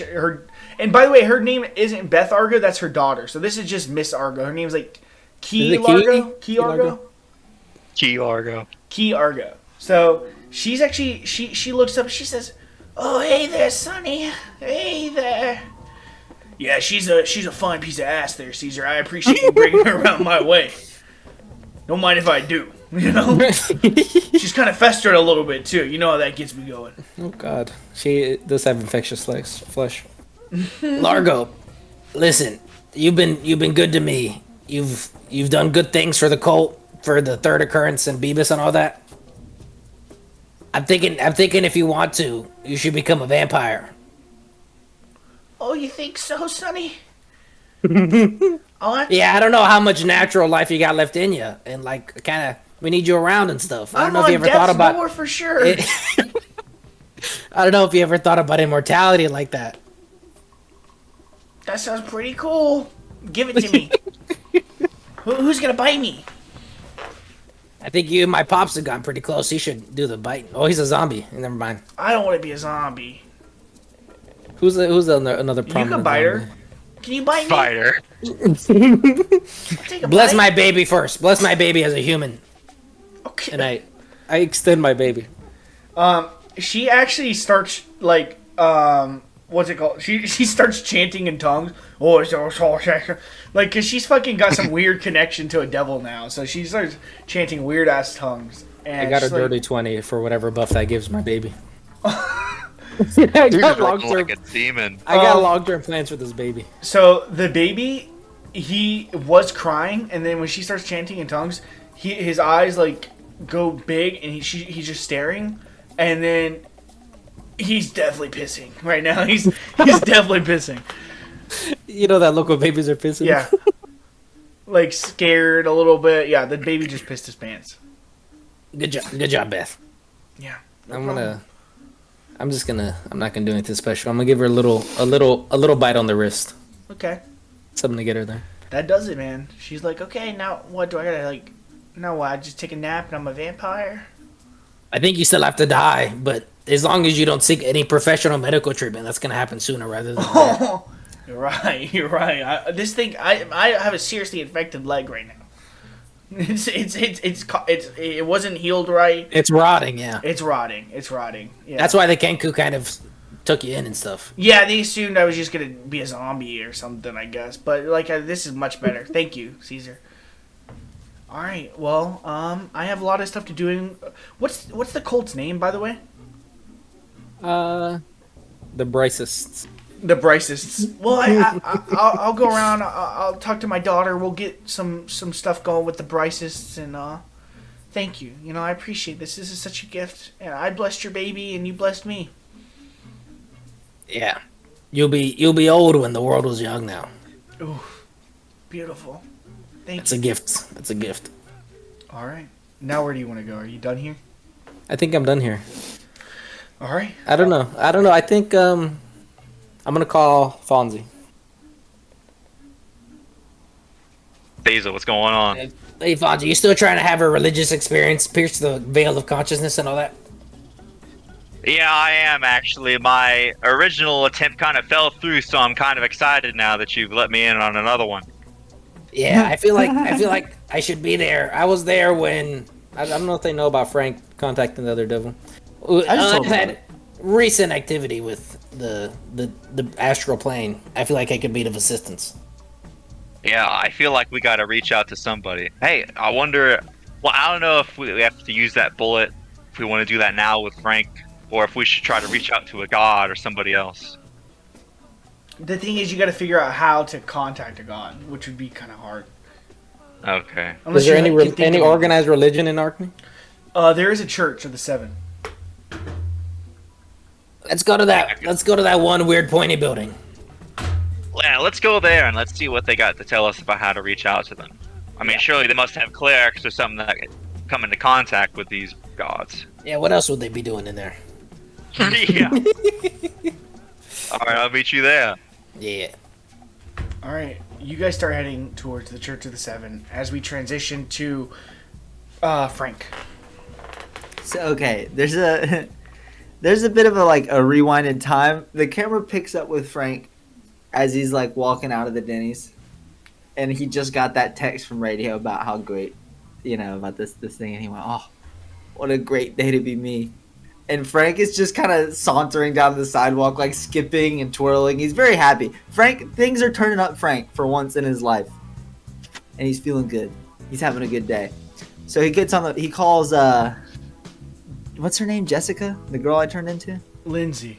Lindsay. He calls Lindsay. Hey, what's going on? Hey, nothing much. Listen, what do you got going on today at 12? Nothing. Just chilling at the skyline. All right. Well, it's your first duties on the job today. 12 p.m. Be ready. Look sharp. Wear a nice dress. I'll be picking you up around 11. Okay. Yeah. Totally. All right. Frank hangs the phone up. I call. Now I'm calling Cyrus. Do I have Cyrus's number? What's up, bitch? Nothing much, slut. Listen, what you got going on at noon? Noon. I'm free. I'm literally just a taxi driver. I'll go anywhere you want me to. Okay, well, I want you to come right here where I'm at. I'm like 2 blocks down from the Dennies. Oh, okay. Yeah, I'll be there in a second, bitch. Pick me up, take me to the Dead Burger, motherfucker. Goodbye. Okay. So he pulls up. Frank's just happily smoking a cigarette. Pulls up, rolls the window down. Go ahead and hop in now. Okay, I didn't need you to tell me that. I get in the car. We're on our way to Dead Burger. Hey, listen, Cyrus, so here's the thing. You got kind of a decent look to you, right? You have an aesthetic here. This is your going out hair and face? Do you need to be gussied up before you get on TV? I do prefer a lot more leather usually, but I mean this could work. I look good like this. Okay. Well, the reason I ask is because you're gonna be on TV today. How you feel about that? I'm built for TV, Daddy. Yeah. Are you good to be the face of a people? I mean, duh. Okay. Well, I just need you to just for today. Everything that makes you Cyrus. Reel that shit in. Oh, you want me to suppress my sexuality? No, you can. That part's fine, I guess. I don't know. You can be sexual, I think, but you just have an air of just I don't know. You have a je ne sais quoi that rubs me the wrong way. You know what I'm saying? Okay, So, yeah, like, I'll just tone it down a little bit. you need to be likable. I need you to be a face that people don't want to punch. You know what I'm saying? You want me to maybe let the big guy drive? You mean like drive the car right now? Or you? No, I mean let him out during this press meeting. He's a lot more better in social situations. Yeah, sure. I guess. I guess. Yeah, if that's okay. what I'm trying to give you an opportunity. You want to No, pass it up? I That's get up to you. anxious. Okay. Well, that's fine. Yeah. Whatever you want to do. Let me talk to him then. He switches mid-drive, and the car swerves into oncoming traffic for a second, and then Oh, straightens shit! up. Fucking God, dude! I told you not to do that while I'm fucking. Oh my God, I didn't know. Frank. God damn. You think Cyrus would have warned me? Yeah, what the hell, dude? Cyrus, stupid bastard. Frank, what's going Hey. on? Hey, nothing much, man. How you been? Pretty Just doing good. ghost shit. Pretty good. I love being a ghost, you know. Yeah, it's a great day to be alive, huh? Well, not for you, but for me. Listen, here's the thing. I got this kind of some political, we're doing some propaganda, and I need Cyrus to be a part of it. He says he's got anxiety, so you're gonna be Cyrus, and you know, Yeah. how you feel about that? No, that's easy. I can be Cyrus. I'm pretty good at it. Okay, very Yeah. cool. Yeah, that's basically it. So we're gonna do a press conference. You're gonna be there, kind of like representing the, you know, fucking Kinku and all that fun stuff. Oh, Oh, okay. I like this. This is nice. I like that. Yeah, the face of the Kenku people. Yeah, pretty much. You don't gotta do a lot of talking. At some point, I'm probably gonna hand you a mic, and I need you to say something along the lines of, "Philip K. Fuck is the future. You know, he's our guy." Something like that. Make Yeah. Kinkus be like, "Damn, I want to vote for that guy." Okay, I can pull that off. Yeah, easily. Yeah. You figure it out. Brainstorm it. Are we pulling up to the Dead Burger? Yeah, you're pulling up now. All right, right on, big guy. We'll just sit on that for a little bit. Run some lines in the fucking rearview mirror until I get back. Yeah. See ya. All right. I you walk in to Dead Burger and I'm walking into the is she at the front desk or is Yep. she? Front And it's desk. Jessica, right? Jennifer. God damn it! Who's Jessica in my No head? Jessica. Who is There's this? No Jessica. I don't think so. They're every Maybe. woman. They're all Jessica. Yeah. Hey Jennifer. Yeah, what's going on, Frank? Nothing much. How's your day going? Great. I just saw radio. Actually, she just left a little bit ago. Oh yeah? Damn, I just missed it. That sucks. Yeah, she was heading deeper into the dying district. You could probably catch her later. Okay. Hey, well, I'm actually here to talk to you. What's going on? Not that much. Well, actually, quite a lot of things are happening in Arkney. It's a very exciting time to be a zombie. You know Philip K. Fuck? You heard of this guy? He has a press event this afternoon at noon, and he is running on a very inclusive platform that includes giving full voting rights and economic autonomy to zombies in Kenku, and he's also going to be, this is insider information, he just had the deed to the Skyline Casino and Hotel signed over to him, and he's converting it into public housing for disadvantaged communities, such as this one. Wow. That's big. Yes, ma'am. Very big. Randy And would so have I'm here on... Oh, who would love that? Randy. Oh, He would have. I ashed my cigarette in morning. We love Randy. Hey, so here's the thing. Think about Randy. Obviously, if he was here, I'd bring him. But you're the next best Randy in my head. When I think of zombies, it's you. And so I'm here on behalf of Mr. Fuck to ask you to participate in a little bit of political endorsement per se. Absolutely. Yeah, I'll He- be there. Okay, so what's gonna happen is we're gonna have a press conference in front of the Skyline, and we're gonna have you on one side, and we're gonna have Kinku on the other, and he's gonna give a whole speech, and at some point you're gonna be asked to speak on your thoughts on Mr. Fuck and how blah blah blah. And I just need you to kind of say something heartwarming, say something that makes the people not want to fucking be disgusted by you and all that kind of stuff. You think you can handle that? Absolutely. Yeah, totally. No problem. All right. Well, with that being said, what time is it right now? It's like 9:30. Yeah, look sharp. Be ready at 11. Okay.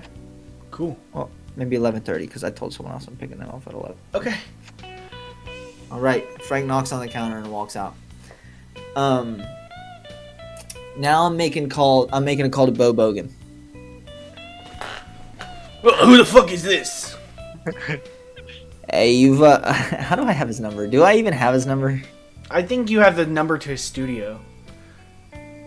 Hey, is this a receptionist or is this him? This is him. He just picks up the phone sometimes. Damn, dude, you don't even have like a guy to do this for you? Who the fuck is this? Why are you asking me? I answer my own phone sometimes, motherfucker. Okay. Sorry, hey, well, I listen, didn't mean to come I'm at you here. like that. I'm here to give you a scoop, bitch. Oh, scoop. An anonymous tip. Okay, you a big fan of the podcast? I mean, kinda. Listen, Yeah. I mean, you were cool like a few years ago, but you've kind of taken a little bit of a turn when it comes to the whole like race relations subject and all that kind of stuff. Look, it's they're Zombie taking, apocalypse denial. It's just I'm not comfortable with how the Kenku, like if Kenku came here legally, you know, and zombies were coming here legally and like applying for jobs, and you know if they weren't just taking our jobs because they just take our jobs, like it's just too much. Yeah, okay. So, hey, listen, I got a scoop for you. I don't know, you know about Philip Fuck? You're kind of plugged in with the news. I figured you might have seen his press conference after the shit show at the Skyline last night. Yeah, when the genie, he said some really cool words about him right after what happened at the Skyline. That was really interesting. Yeah. Well, here's an insider tip. You don't know who I am, but Philip Fuck is going to be giving a press conference in front of the Skyline at noon today. He's going to be taking questions from the press. You might it might do you well to be there. Get some content. Man, that sounds like a Hey me, get this, write this down, and he hangs up. All right. I'm trying to think of what to do next. I mean, everything went so smoothly. I mean, now I think I'm kind of just like I know what I do. I make one more phone call. Okay. To Mayor Ellis. Hello? Who's this? Yeah, I'm trying to think of what to say. Frank says, "It's me. I'm the guy." The guy. Yeah, the new guy. That Not don't ringing mean- any bells? No, nothing to me, bucko. Alright, well, let me tell you something, bucko. Last I heard, you're a fucking barnacle that hitches his wagon to any motherfucker that's got some power in this town. And so when I say I'm the new guy, I'm the new fucking guy. Okay? Oh, that guy. That guy. Yes, sir. So I'm speaking with the Patriots right now. Yeah, whatever you want to tell yourself. But functionally, yes, that's who you're talking to. Okay. What's the play? What are you doing tonight? Tonight I'm doing nothing. Hanging out in my office, you know, prepping for this debate tomorrow. It's gonna be a big debate. It certainly is. And as a matter of fact, our our political advocacy team would like to meet with you on what your talking points are going to be for the debate tomorrow. We have some prep that needs to be done to make sure that you're getting the right message out there. Listen, buddy. Off the record, I'm willing to do whatever the fuck you want me to do. You know? You guys pad my pockets the way the genie did, the way Mancuso did. I mean, we're gonna work good together. So yeah, I mean, swing by anytime you want. Be ready at your house 7:30. My house, 7:30, easy. I like that. And don't make sure no one else is there. This is confidential stuff. Yeah, dude, this can't get out, of course. All right. Conversation ends. You're walking out of the Dead Burger. You kind of walk around the corner into the alley. You're smoking a cigarette, waiting for your cab to pull up. And then you hear... And you look, and sitting on top of the garbage dumpster is a man in like a plaid coat that like kind of like sits around, like falls all the way down to his knees, and he's got like a white shirt and a black button up, a black tie. He's chilling. He's got like black hair that's kind of messy and a little bit long, unkept really, and he's holding a sword with a stone dial on it with like runes around the dial. This man, you know, is an evaluator. His name is something Goff. I forgot that. Winston Goff. Winston Goff. And the second he like poofs out of thin air, right? And he looks right at you. Hello, Frank. How are you doing? Oh, as a matter of fact, you happen to be catching me on a good day. I was wondering when you were gonna fucking roll your ass up here. How can I help you? I just feel it's time we talk about I'm all ears. everything going on. I mean, I'm sure you understand we're building a case against you and the other Patriots, right? I understand. Okay, well, I think you should also understand that I know about your little secret, Frank. Oh yeah, what's that? I know you're a changeling. Or maybe something Okay. more. But don't worry. Let me reassure you real quick, okay? Let's just say I have a guy on the inside. And our mutual friend has asked that I keep your ability out of the case file. I haven't even told my other partner. I'm keeping it on the low. You understand? Frank flicks his cigarette to the side of the alleyway. And he's just kind of leaned up against the wall and he's looking at this guy. And he goes, okay. Well, that's very kind of you. So let me ask you this. What's your deal? What do you want? What do I want? You've got some kind of ulterior motive. What, you're keeping this to yourself? You got a guy on the inside. You got a case against me and you're doing this, coming to me right now. Why? I wanted to see if you'd be interested in working with us. We evaluators, we're a lot bigger than Arkney. We're trying to get a lot done. And me keeping this information out of our case file, it's not me helping you. Don't misconstrue it at all. It's me helping my friend. We go way back. And he doesn't want your information to leak. Says it might be more useful to him later down the line. But I need a patriot. Truth is, we don't have enough juice in this case to bring you down before the election. And I'm starting to worry that if we don't get you before the election, we might not get you at all. So, are any of you interested in making a deal? What kind of deal are you talking about? Are you saying one of us goes in on the inside, we go down for the crew? One guy goes down. One guy. But it's got to be a big name, one of the core patriots. We know who your core four are. It's got to be one of you, obviously. I think maybe you. Easiest. We could say that every picture we have of Alfonso, of Caesar, of radio working, just you in disguise. You pretending to be them. You know? Pin it all on you. Clear the rest of the Patriots. But, big deal, take down Hawthorne in the process. That's two big names. Hawthorne's out of your hair. Only problem is you have to go down too.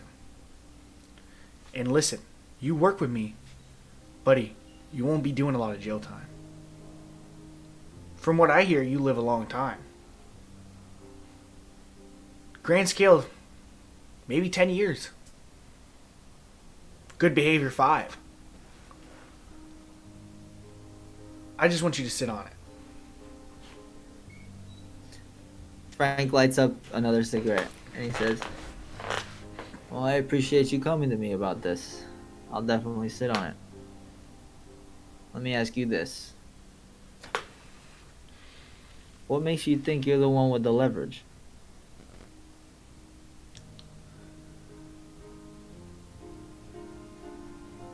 I feel like you have something in your back pocket, Frank. Trust me, I'm not Dwayne. I know not to underestimate you. I step a little closer to him. Like, I stepped so close, like, very slowly, that, like, me hitting my cigarette is, like, he can feel the heat from my cigarette. The And ember, as you're pulling on it, lights his face. Just slightly. And I want to roll intimidation. And I want to ask, I say, I might be open to working with you. But we're going to get one thing straight. This is not a situation that gets dictated on your terms entirely. Who's the rat? And I'm rolling intimidation. which that is technically a 21. My main source wants to stay quiet. But I'll throw you a bone. We got a bug in one of your guys' houses. You know, a man named Sticky. Does he know the bug is there? Nope. I back up from him. And I put my hand out. I'll be in touch. Thank you. As you're walking away, you hear another and you look and he's gone, but now he's on the roof of Dead Burger. And he's got his sword over his shoulder, he's looking at you. The other call, Frank, might be coming from inside the house. And he spins the dial, presses his finger up against it, and disappears. Alright. I'm going to pick up with radio real quick. Oh, what does he mean by that? Radio. You roll up to Lirio Han's house and are following this compass. This compass takes you deeper and deeper into his yard, into his house, into his garage, until you're standing right where that eyeball was. No longer here, but the compass is pointing straight down, beneath the garage. Okay. So, radio, can I do like an investigation check to see for hidden entrances, Yes. some kind of sublayer? 22. You start investigating this entire area. Strangely enough, the only thing that... Because Lirio Han emptied this house, right before the apocalypse. But one of the few things that were left behind is a rack of tools. There's a screwdriver, a hammer, a saw. And you walk over, grab each of these, and try to like wiggle them. And you notice the hammer turns to its side. And you hear a thunk as these concrete panels in the ground slide open to reveal a hidden chamber beneath the garage. So is it like, is there a stairwell or is it just like a shaft? Stairwell. Okay. Radio touches the side of her head and two lamps appear and she begins to head down. It's dark. It's hard to see. But as you get to about halfway down the staircase, motion censored lights kick on. And your mouth drops as you look around. And first of all, you see a table with about 15 Warforged shards placed intricately. And they're packaged to where they're not even dusty, really. They're fine. And they're just sitting on this table in the center of the room. And all the way around the room are hundreds of parts. I'm talking fully formed Warforged arms, torsos, heads, all separate, all destroyed. This seems to be all pieces that Lirio has scavenged and brought here throughout history, throughout time. But you find plenty of parts that you can use to quickly manufacture a lot of Warforged. Radio takes a selfie and sends with a robot emoji in the group chat. So yeah, she's gonna start doing an inventory or looking for an inventory and start figuring out what's the time frame it would be on like getting 15 bodies. Like how long does she think it would take? Do I have to roll for it or anything?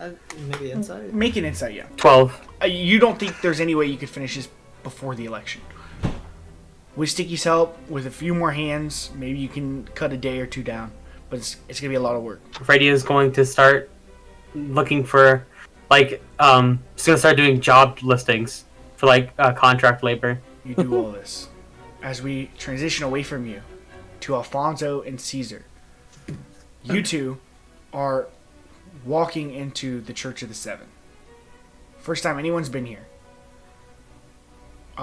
You notice when you walk in, there are 7 altars positioned around the room, and there are like 5 to 6 pews in front of each altar.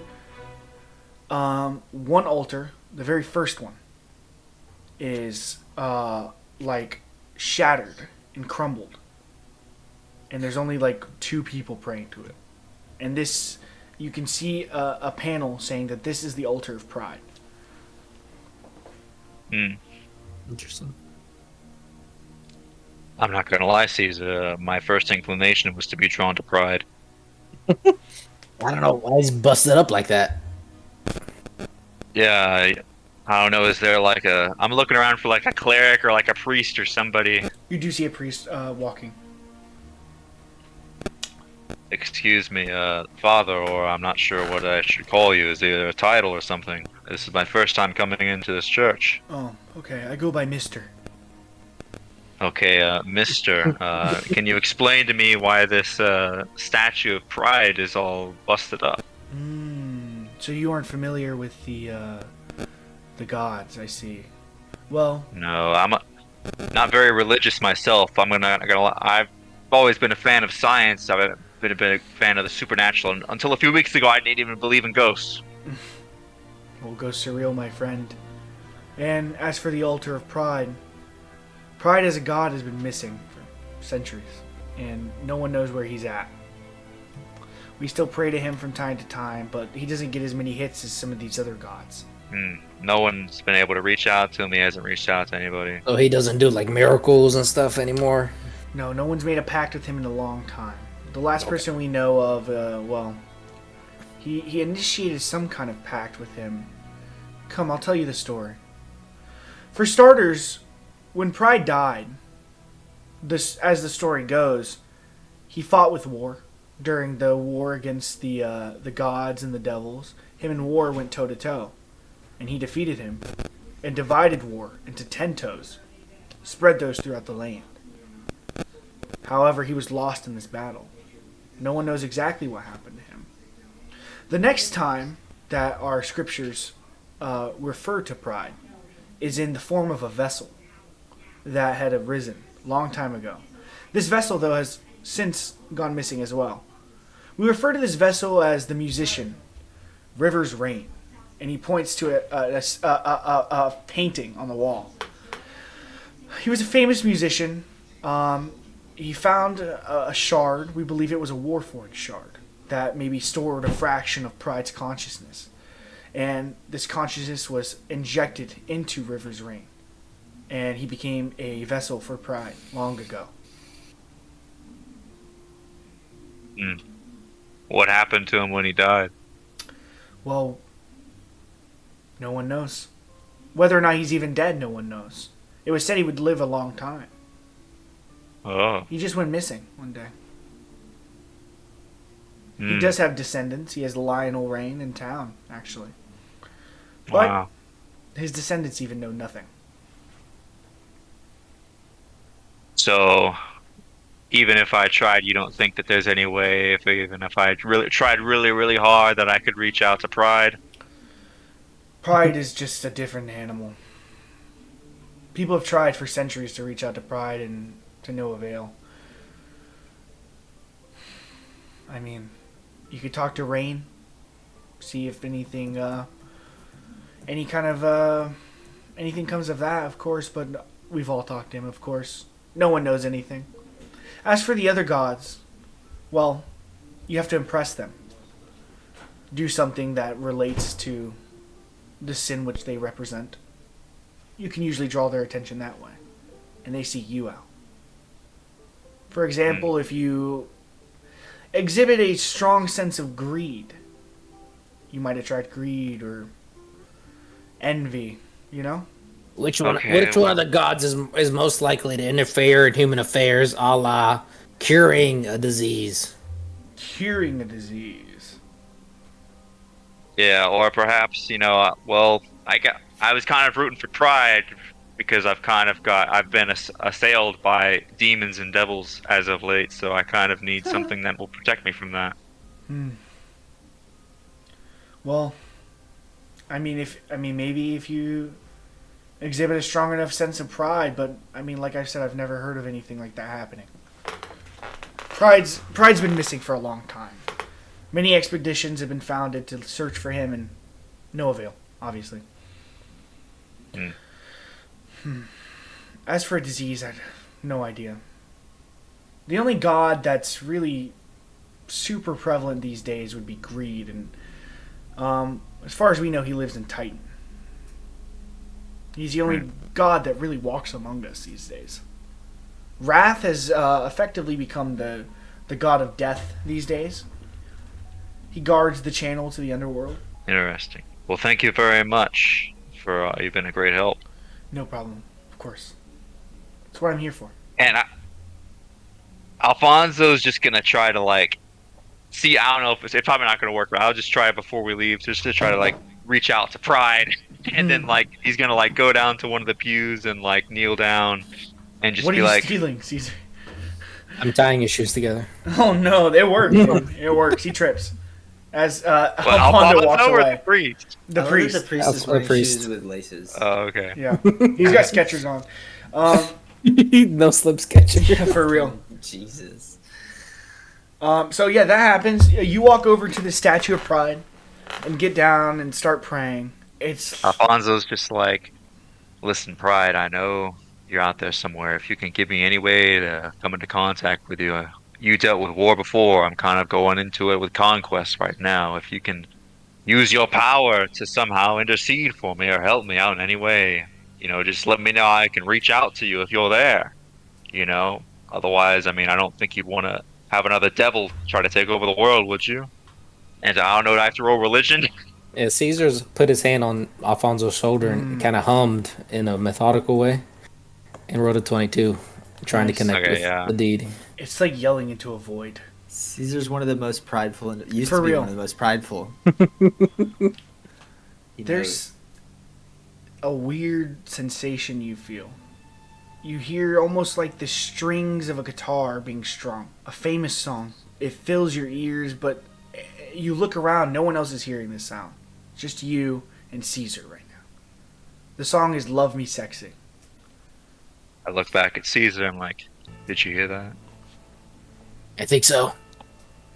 I think we need to go talk to Lionel, maybe have him sing us a song. I think that's our path.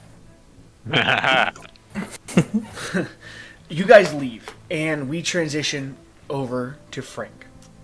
Frank, it's about 11. You're picking up these people. So something happens real quick. Frank, I want you to make an investigation check. As you're like, going through your phone, calling these people. 18? You notice, as you're looking through your phone, you have a number of calls that you don't remember making. Specifically, dating back to the night before the Skyline heist. To who? Are they numbers I don't recognize? You don't recognize the number. It's not in your phone.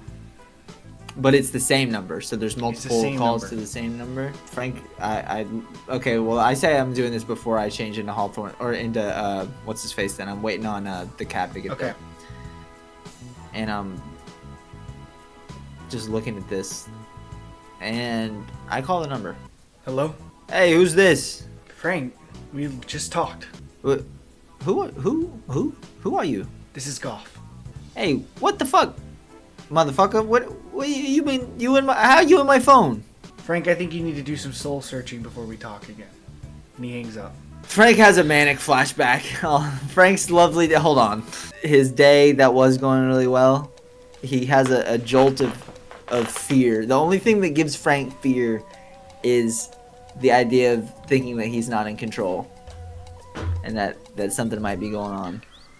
But for the moment, like, he checks the time and he knows that he's got shit going on and he kind of just buries it. And he just goes on with what he was doing, and he turns into Philip K. Fuck, and the taxi pulls up. Okay. You pick up all these people. You pick up Lindsay, and then you go and you pick up Jennifer, and you start heading to the Skyline for this press conference you're planning. Yeah, I just realized I didn't really notify any press, but I guess Bo Bogan's gonna be Bo there. Bogan's gonna do it all for you. By the way, Alfonso, Oh. you Yep. are watching the Bo Bogan podcast as you're walking with Caesar. Oh yeah, of course. I would never miss an opportunity. Radio's hard at work, doing what she's got to do. By the way. Yeah. This is. I love the idea of Alfonso not knowing Frank was gonna be on Bo Bogan and then being like, "Oh, it's Frank! Oh, it's Frank!" Caesar, look, it's Frank. He's on. Well, not yet. I'm in the car with everybody. And I say, Yeah. "Whoa, beautiful people! It's a great day to be alive. And I'm shaking. Well, maybe for some of us. and I shake Jennifer's hand, and I shake Cyrus's hand. Nice to meet you. I'm Phil. Very lovely to meet you, Phil. Very lovely. We're so excited about what you're doing with the zombies and the Kenku. Absolutely. There's nothing like everyone getting together for a big group hug. You know what I'm saying? I'm a vibes kind of guy. Mm-hmm. Hey, this is my beautiful banging hot wife, Lindsay. Lindsay, introduce yourself. Hey everybody, my name's Lindsay. The big guy licks his lips. It's very beautiful. That's fucking weird. Cut it out. Okay, we'll Don't look at my woman. We'll have to get fucked. Thank you. You should hear the pipes on this woman. She's got a uvula like you've never seen. Oh. She can really sing. Can't wait to see that uvula. All right, can we get to the podium? I've got a lunch that I gotta get to. I got a hard out at 12:30. Oh yeah, hard stop. Of course. They pull up and get out. There's press. Everyone's taking pictures. It's a very big moment, right? A lot of people here because this is the first public interaction Fuck has had with anybody. Yeah. So he gets out of the car, and when the car pulls up and there's all the cameras clicking and everyone around, he has a moment where he goes, "All right, motherfuckers, get your game faces on," and he slings the door open, and he walks out, and he's just got his arms out. He opens Cyrus's door, and he grabs him by the arm and pulls him out, and he helps Jennifer out of the back seat, and he's got both of these people walking in tow with him to the podium. A Kenku on your right, zombie on your left. You and my wife walking behind. Yes, you walk forward, and everyone is going nuts, right? There's some protesters around the perimeter. They're Ellis fanboys or Pig fanboys. You also see off in the distance Mr. Pig leaning up against a cop car, big ass sunglasses on, Ray-Bans. He's just looking at you. Fucking loser. I walk up to the podium. That I love that has already conveniently been set up for me. Yeah, everyone, Bo knew this was happening. He set it up. Also, you've got so many people working under you. They do a lot of this stuff for you. Yeah, no. I'm here for it. I walk up to the microphone and I say, is this thing on? It's working. It's working. All right, ladies and gentlemen. I'll keep it brief as I know you're all very busy people. Hard-working citizens of Arkney. I look down. I'm here today for the cure. You might be thinking, what the fuck's that guy talking about? What cure? I don't even know. I can't even think of a disease. Well, I'll tell you the disease. It's hatred. And this town is sick. I point out in the crowd I point at Bo Bogan. I say, you there. Bo. What's going on? What do you think about the Kenku? I don't want to publicly give my opinion on that right now. And that's exactly my point. This man right here is representative of everyone in Arkney. People walk around going about their day-to-day lives with a big fat ball of hatred inside of them for people they've never met. And I'm here today to put a stop to that. This building behind me, it's mine now. I was just in contact with the genie and his people last night, and we brokered a sale. I've taken over the skyline. And the debauchery ends today. Woo! Cheering from the crowd. Starting right now. The casino is closed. A little few boos come from the crowd at that. Well, don't worry. Because we are converting this thing into housing for the people who need it. For the hard-working citizens in this town who don't have a place to stay of their own. And I'm talking about people like my good friend Jennifer here. My good friend Cyrus. What does the crowd do as I kind of point at these two? There's gasps as they look. They're unsure of where you're heading with this. Well, I win this election. And I will win this election. I am going to grant citizenship to every Kenku and zombie in this town. And I point directly to a camera. And if you're a zombie or a Kenku out there, I want you to remember my face. Because I'm the guy to talk to if you ever need anything. You need a roof over your head? You come to me. You need some help? You come to me. I'm your man. I'll fuck you. And that doesn't just go for the Kinkus and the zombies. Arkney, I'm the man. This town is fucked up. And we need someone who can double fuck it to unfuck it. It's kind of like adding 2 negative numbers. And that's me. Now I'd like to take questions from the crowd, if there are any. So, I mean, they're dead. Why are you gonna give zombies the right to vote? Let me ask you this, sir. What's your name? Gregory Hirsch. That's a beautiful name. My mom's name was Gregory. Oh. Let me ask you this, Greg. And I lean real close in the microphone. You ever had a crispy bit? Can't say that I have. You ever been to Dead Burger? Nope. I don't fuck with zombie food. Next question. Oh, okay, no, I'm just kidding. Thank you. Next question. He says, well, let me tell you something, Greg. You're missing out. This woman right here runs one of the best restaurants in Arkney. And I would wager that the food they make over at Dead Burger is just as good as the thick noodle or any other. Where do you like to eat, Greg? I'm a big fan of Dennies. You like Denny's? As a matter of fact, I know the owner, Dennis. And here's the thing, I love Dennis. He's a great guy. But he ain't got shit on these crispy bits.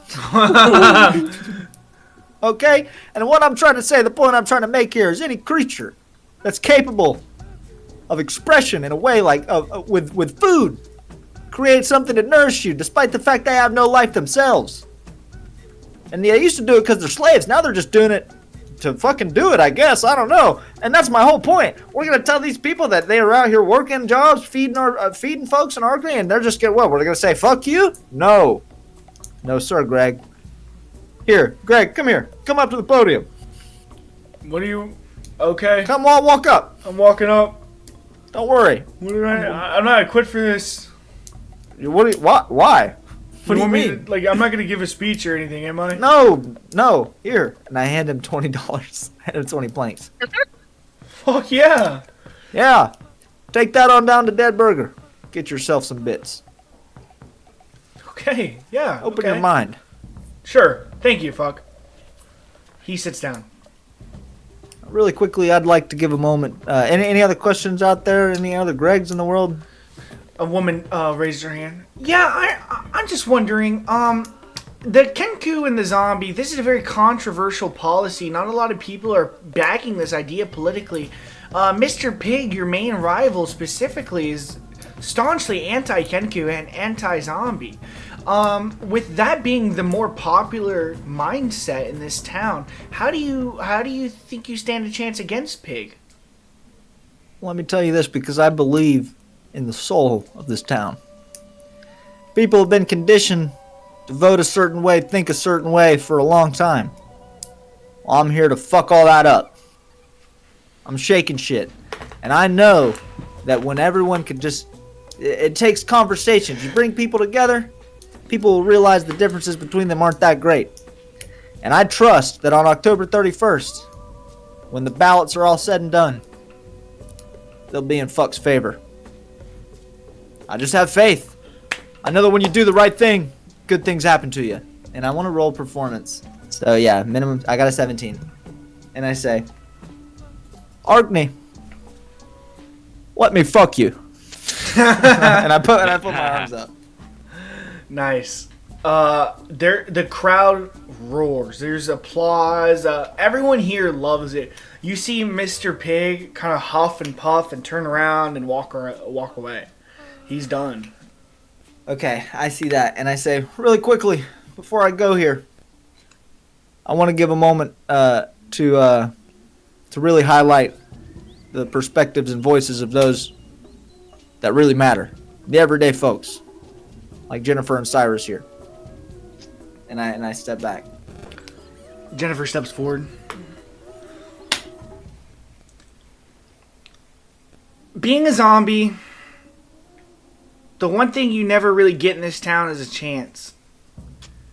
I was brought to life against my will. I was made to work against my will. I have my hand on her shoulder. I'm looking down. How is Like they that do at different church. than any other human? We're all brought into this world and made to live and work, Straight up. and no one ever gives me a chance. Till fuck. He came, and he fucked me good. Real good. I'm telling you, I didn't feel alive. I haven't felt alive in years. Until this man fucked me. And then, fucking, he takes the, Cyrus takes the thing and pulls it, and it's the big guy, and he says, yeah, I second that. That man knows how to fuck. Hard. And the Kenku people, we've been divided and spit on and trashed, and people say we stink because we do, but it's just mean when they say it. And until recently, yuck. That's how Bo Bogan treats us. That's how people treat us in this town. But not fuck. And not Caesar. Fuck and Caesar are the Wombo combo to bring Arkney to its knees. Arkney is divided. It is divided. The Kenku were split. The mayor pro tempore, whatever it's called, the man he's got running as his vice mayor, this dude just yesterday united the Kenku. Things are changing around here. Fuck goes, I got shooters.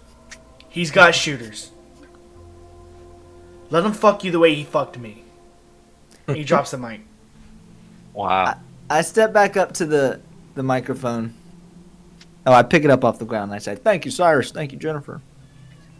I'd like to say one last thing before I go. I know I've said I was going to say one more thing a couple times now, but this is for real the last one. Just say one more thing. I got one more in me, baby. That's Greg. I got you, Greg. Thank you.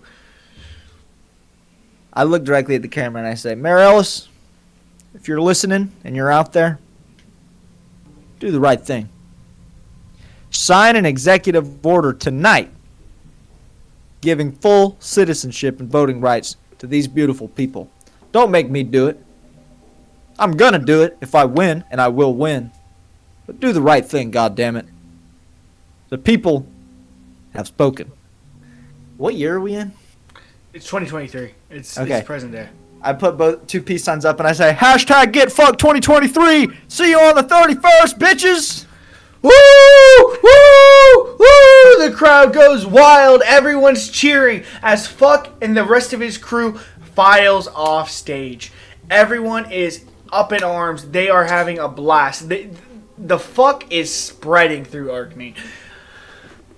Everyone's feeling the fuck. Yes. As you climb off stage, Frank, you get a little text. And you open your coat and pull it out. And you realize it's a text from Goth. And it says, thanks for all the help, Mr. Ding. And the session ends. Mr. Ding. Oh, Trevor, no! Keep the heads ringing. 1, 2 for the crew, 3, 4 for the dough, 5 for the hoe, 6, 7, 8 for death row. Mad niggas about to feel the full effect of intellect, so I could collect respect. Plus a check, now I'm fin to get into my men too and take care of the business I need to attend to. Cause my rich do, and this rap shit's my meal ticket. So you goddamn right I'ma kick it or get evicted. I bring terror like Stephen King, a black Casanova, running niggas over like Christine. When I rock the spot with the flavor I got, I get plenty of ass, so call me an astronaut.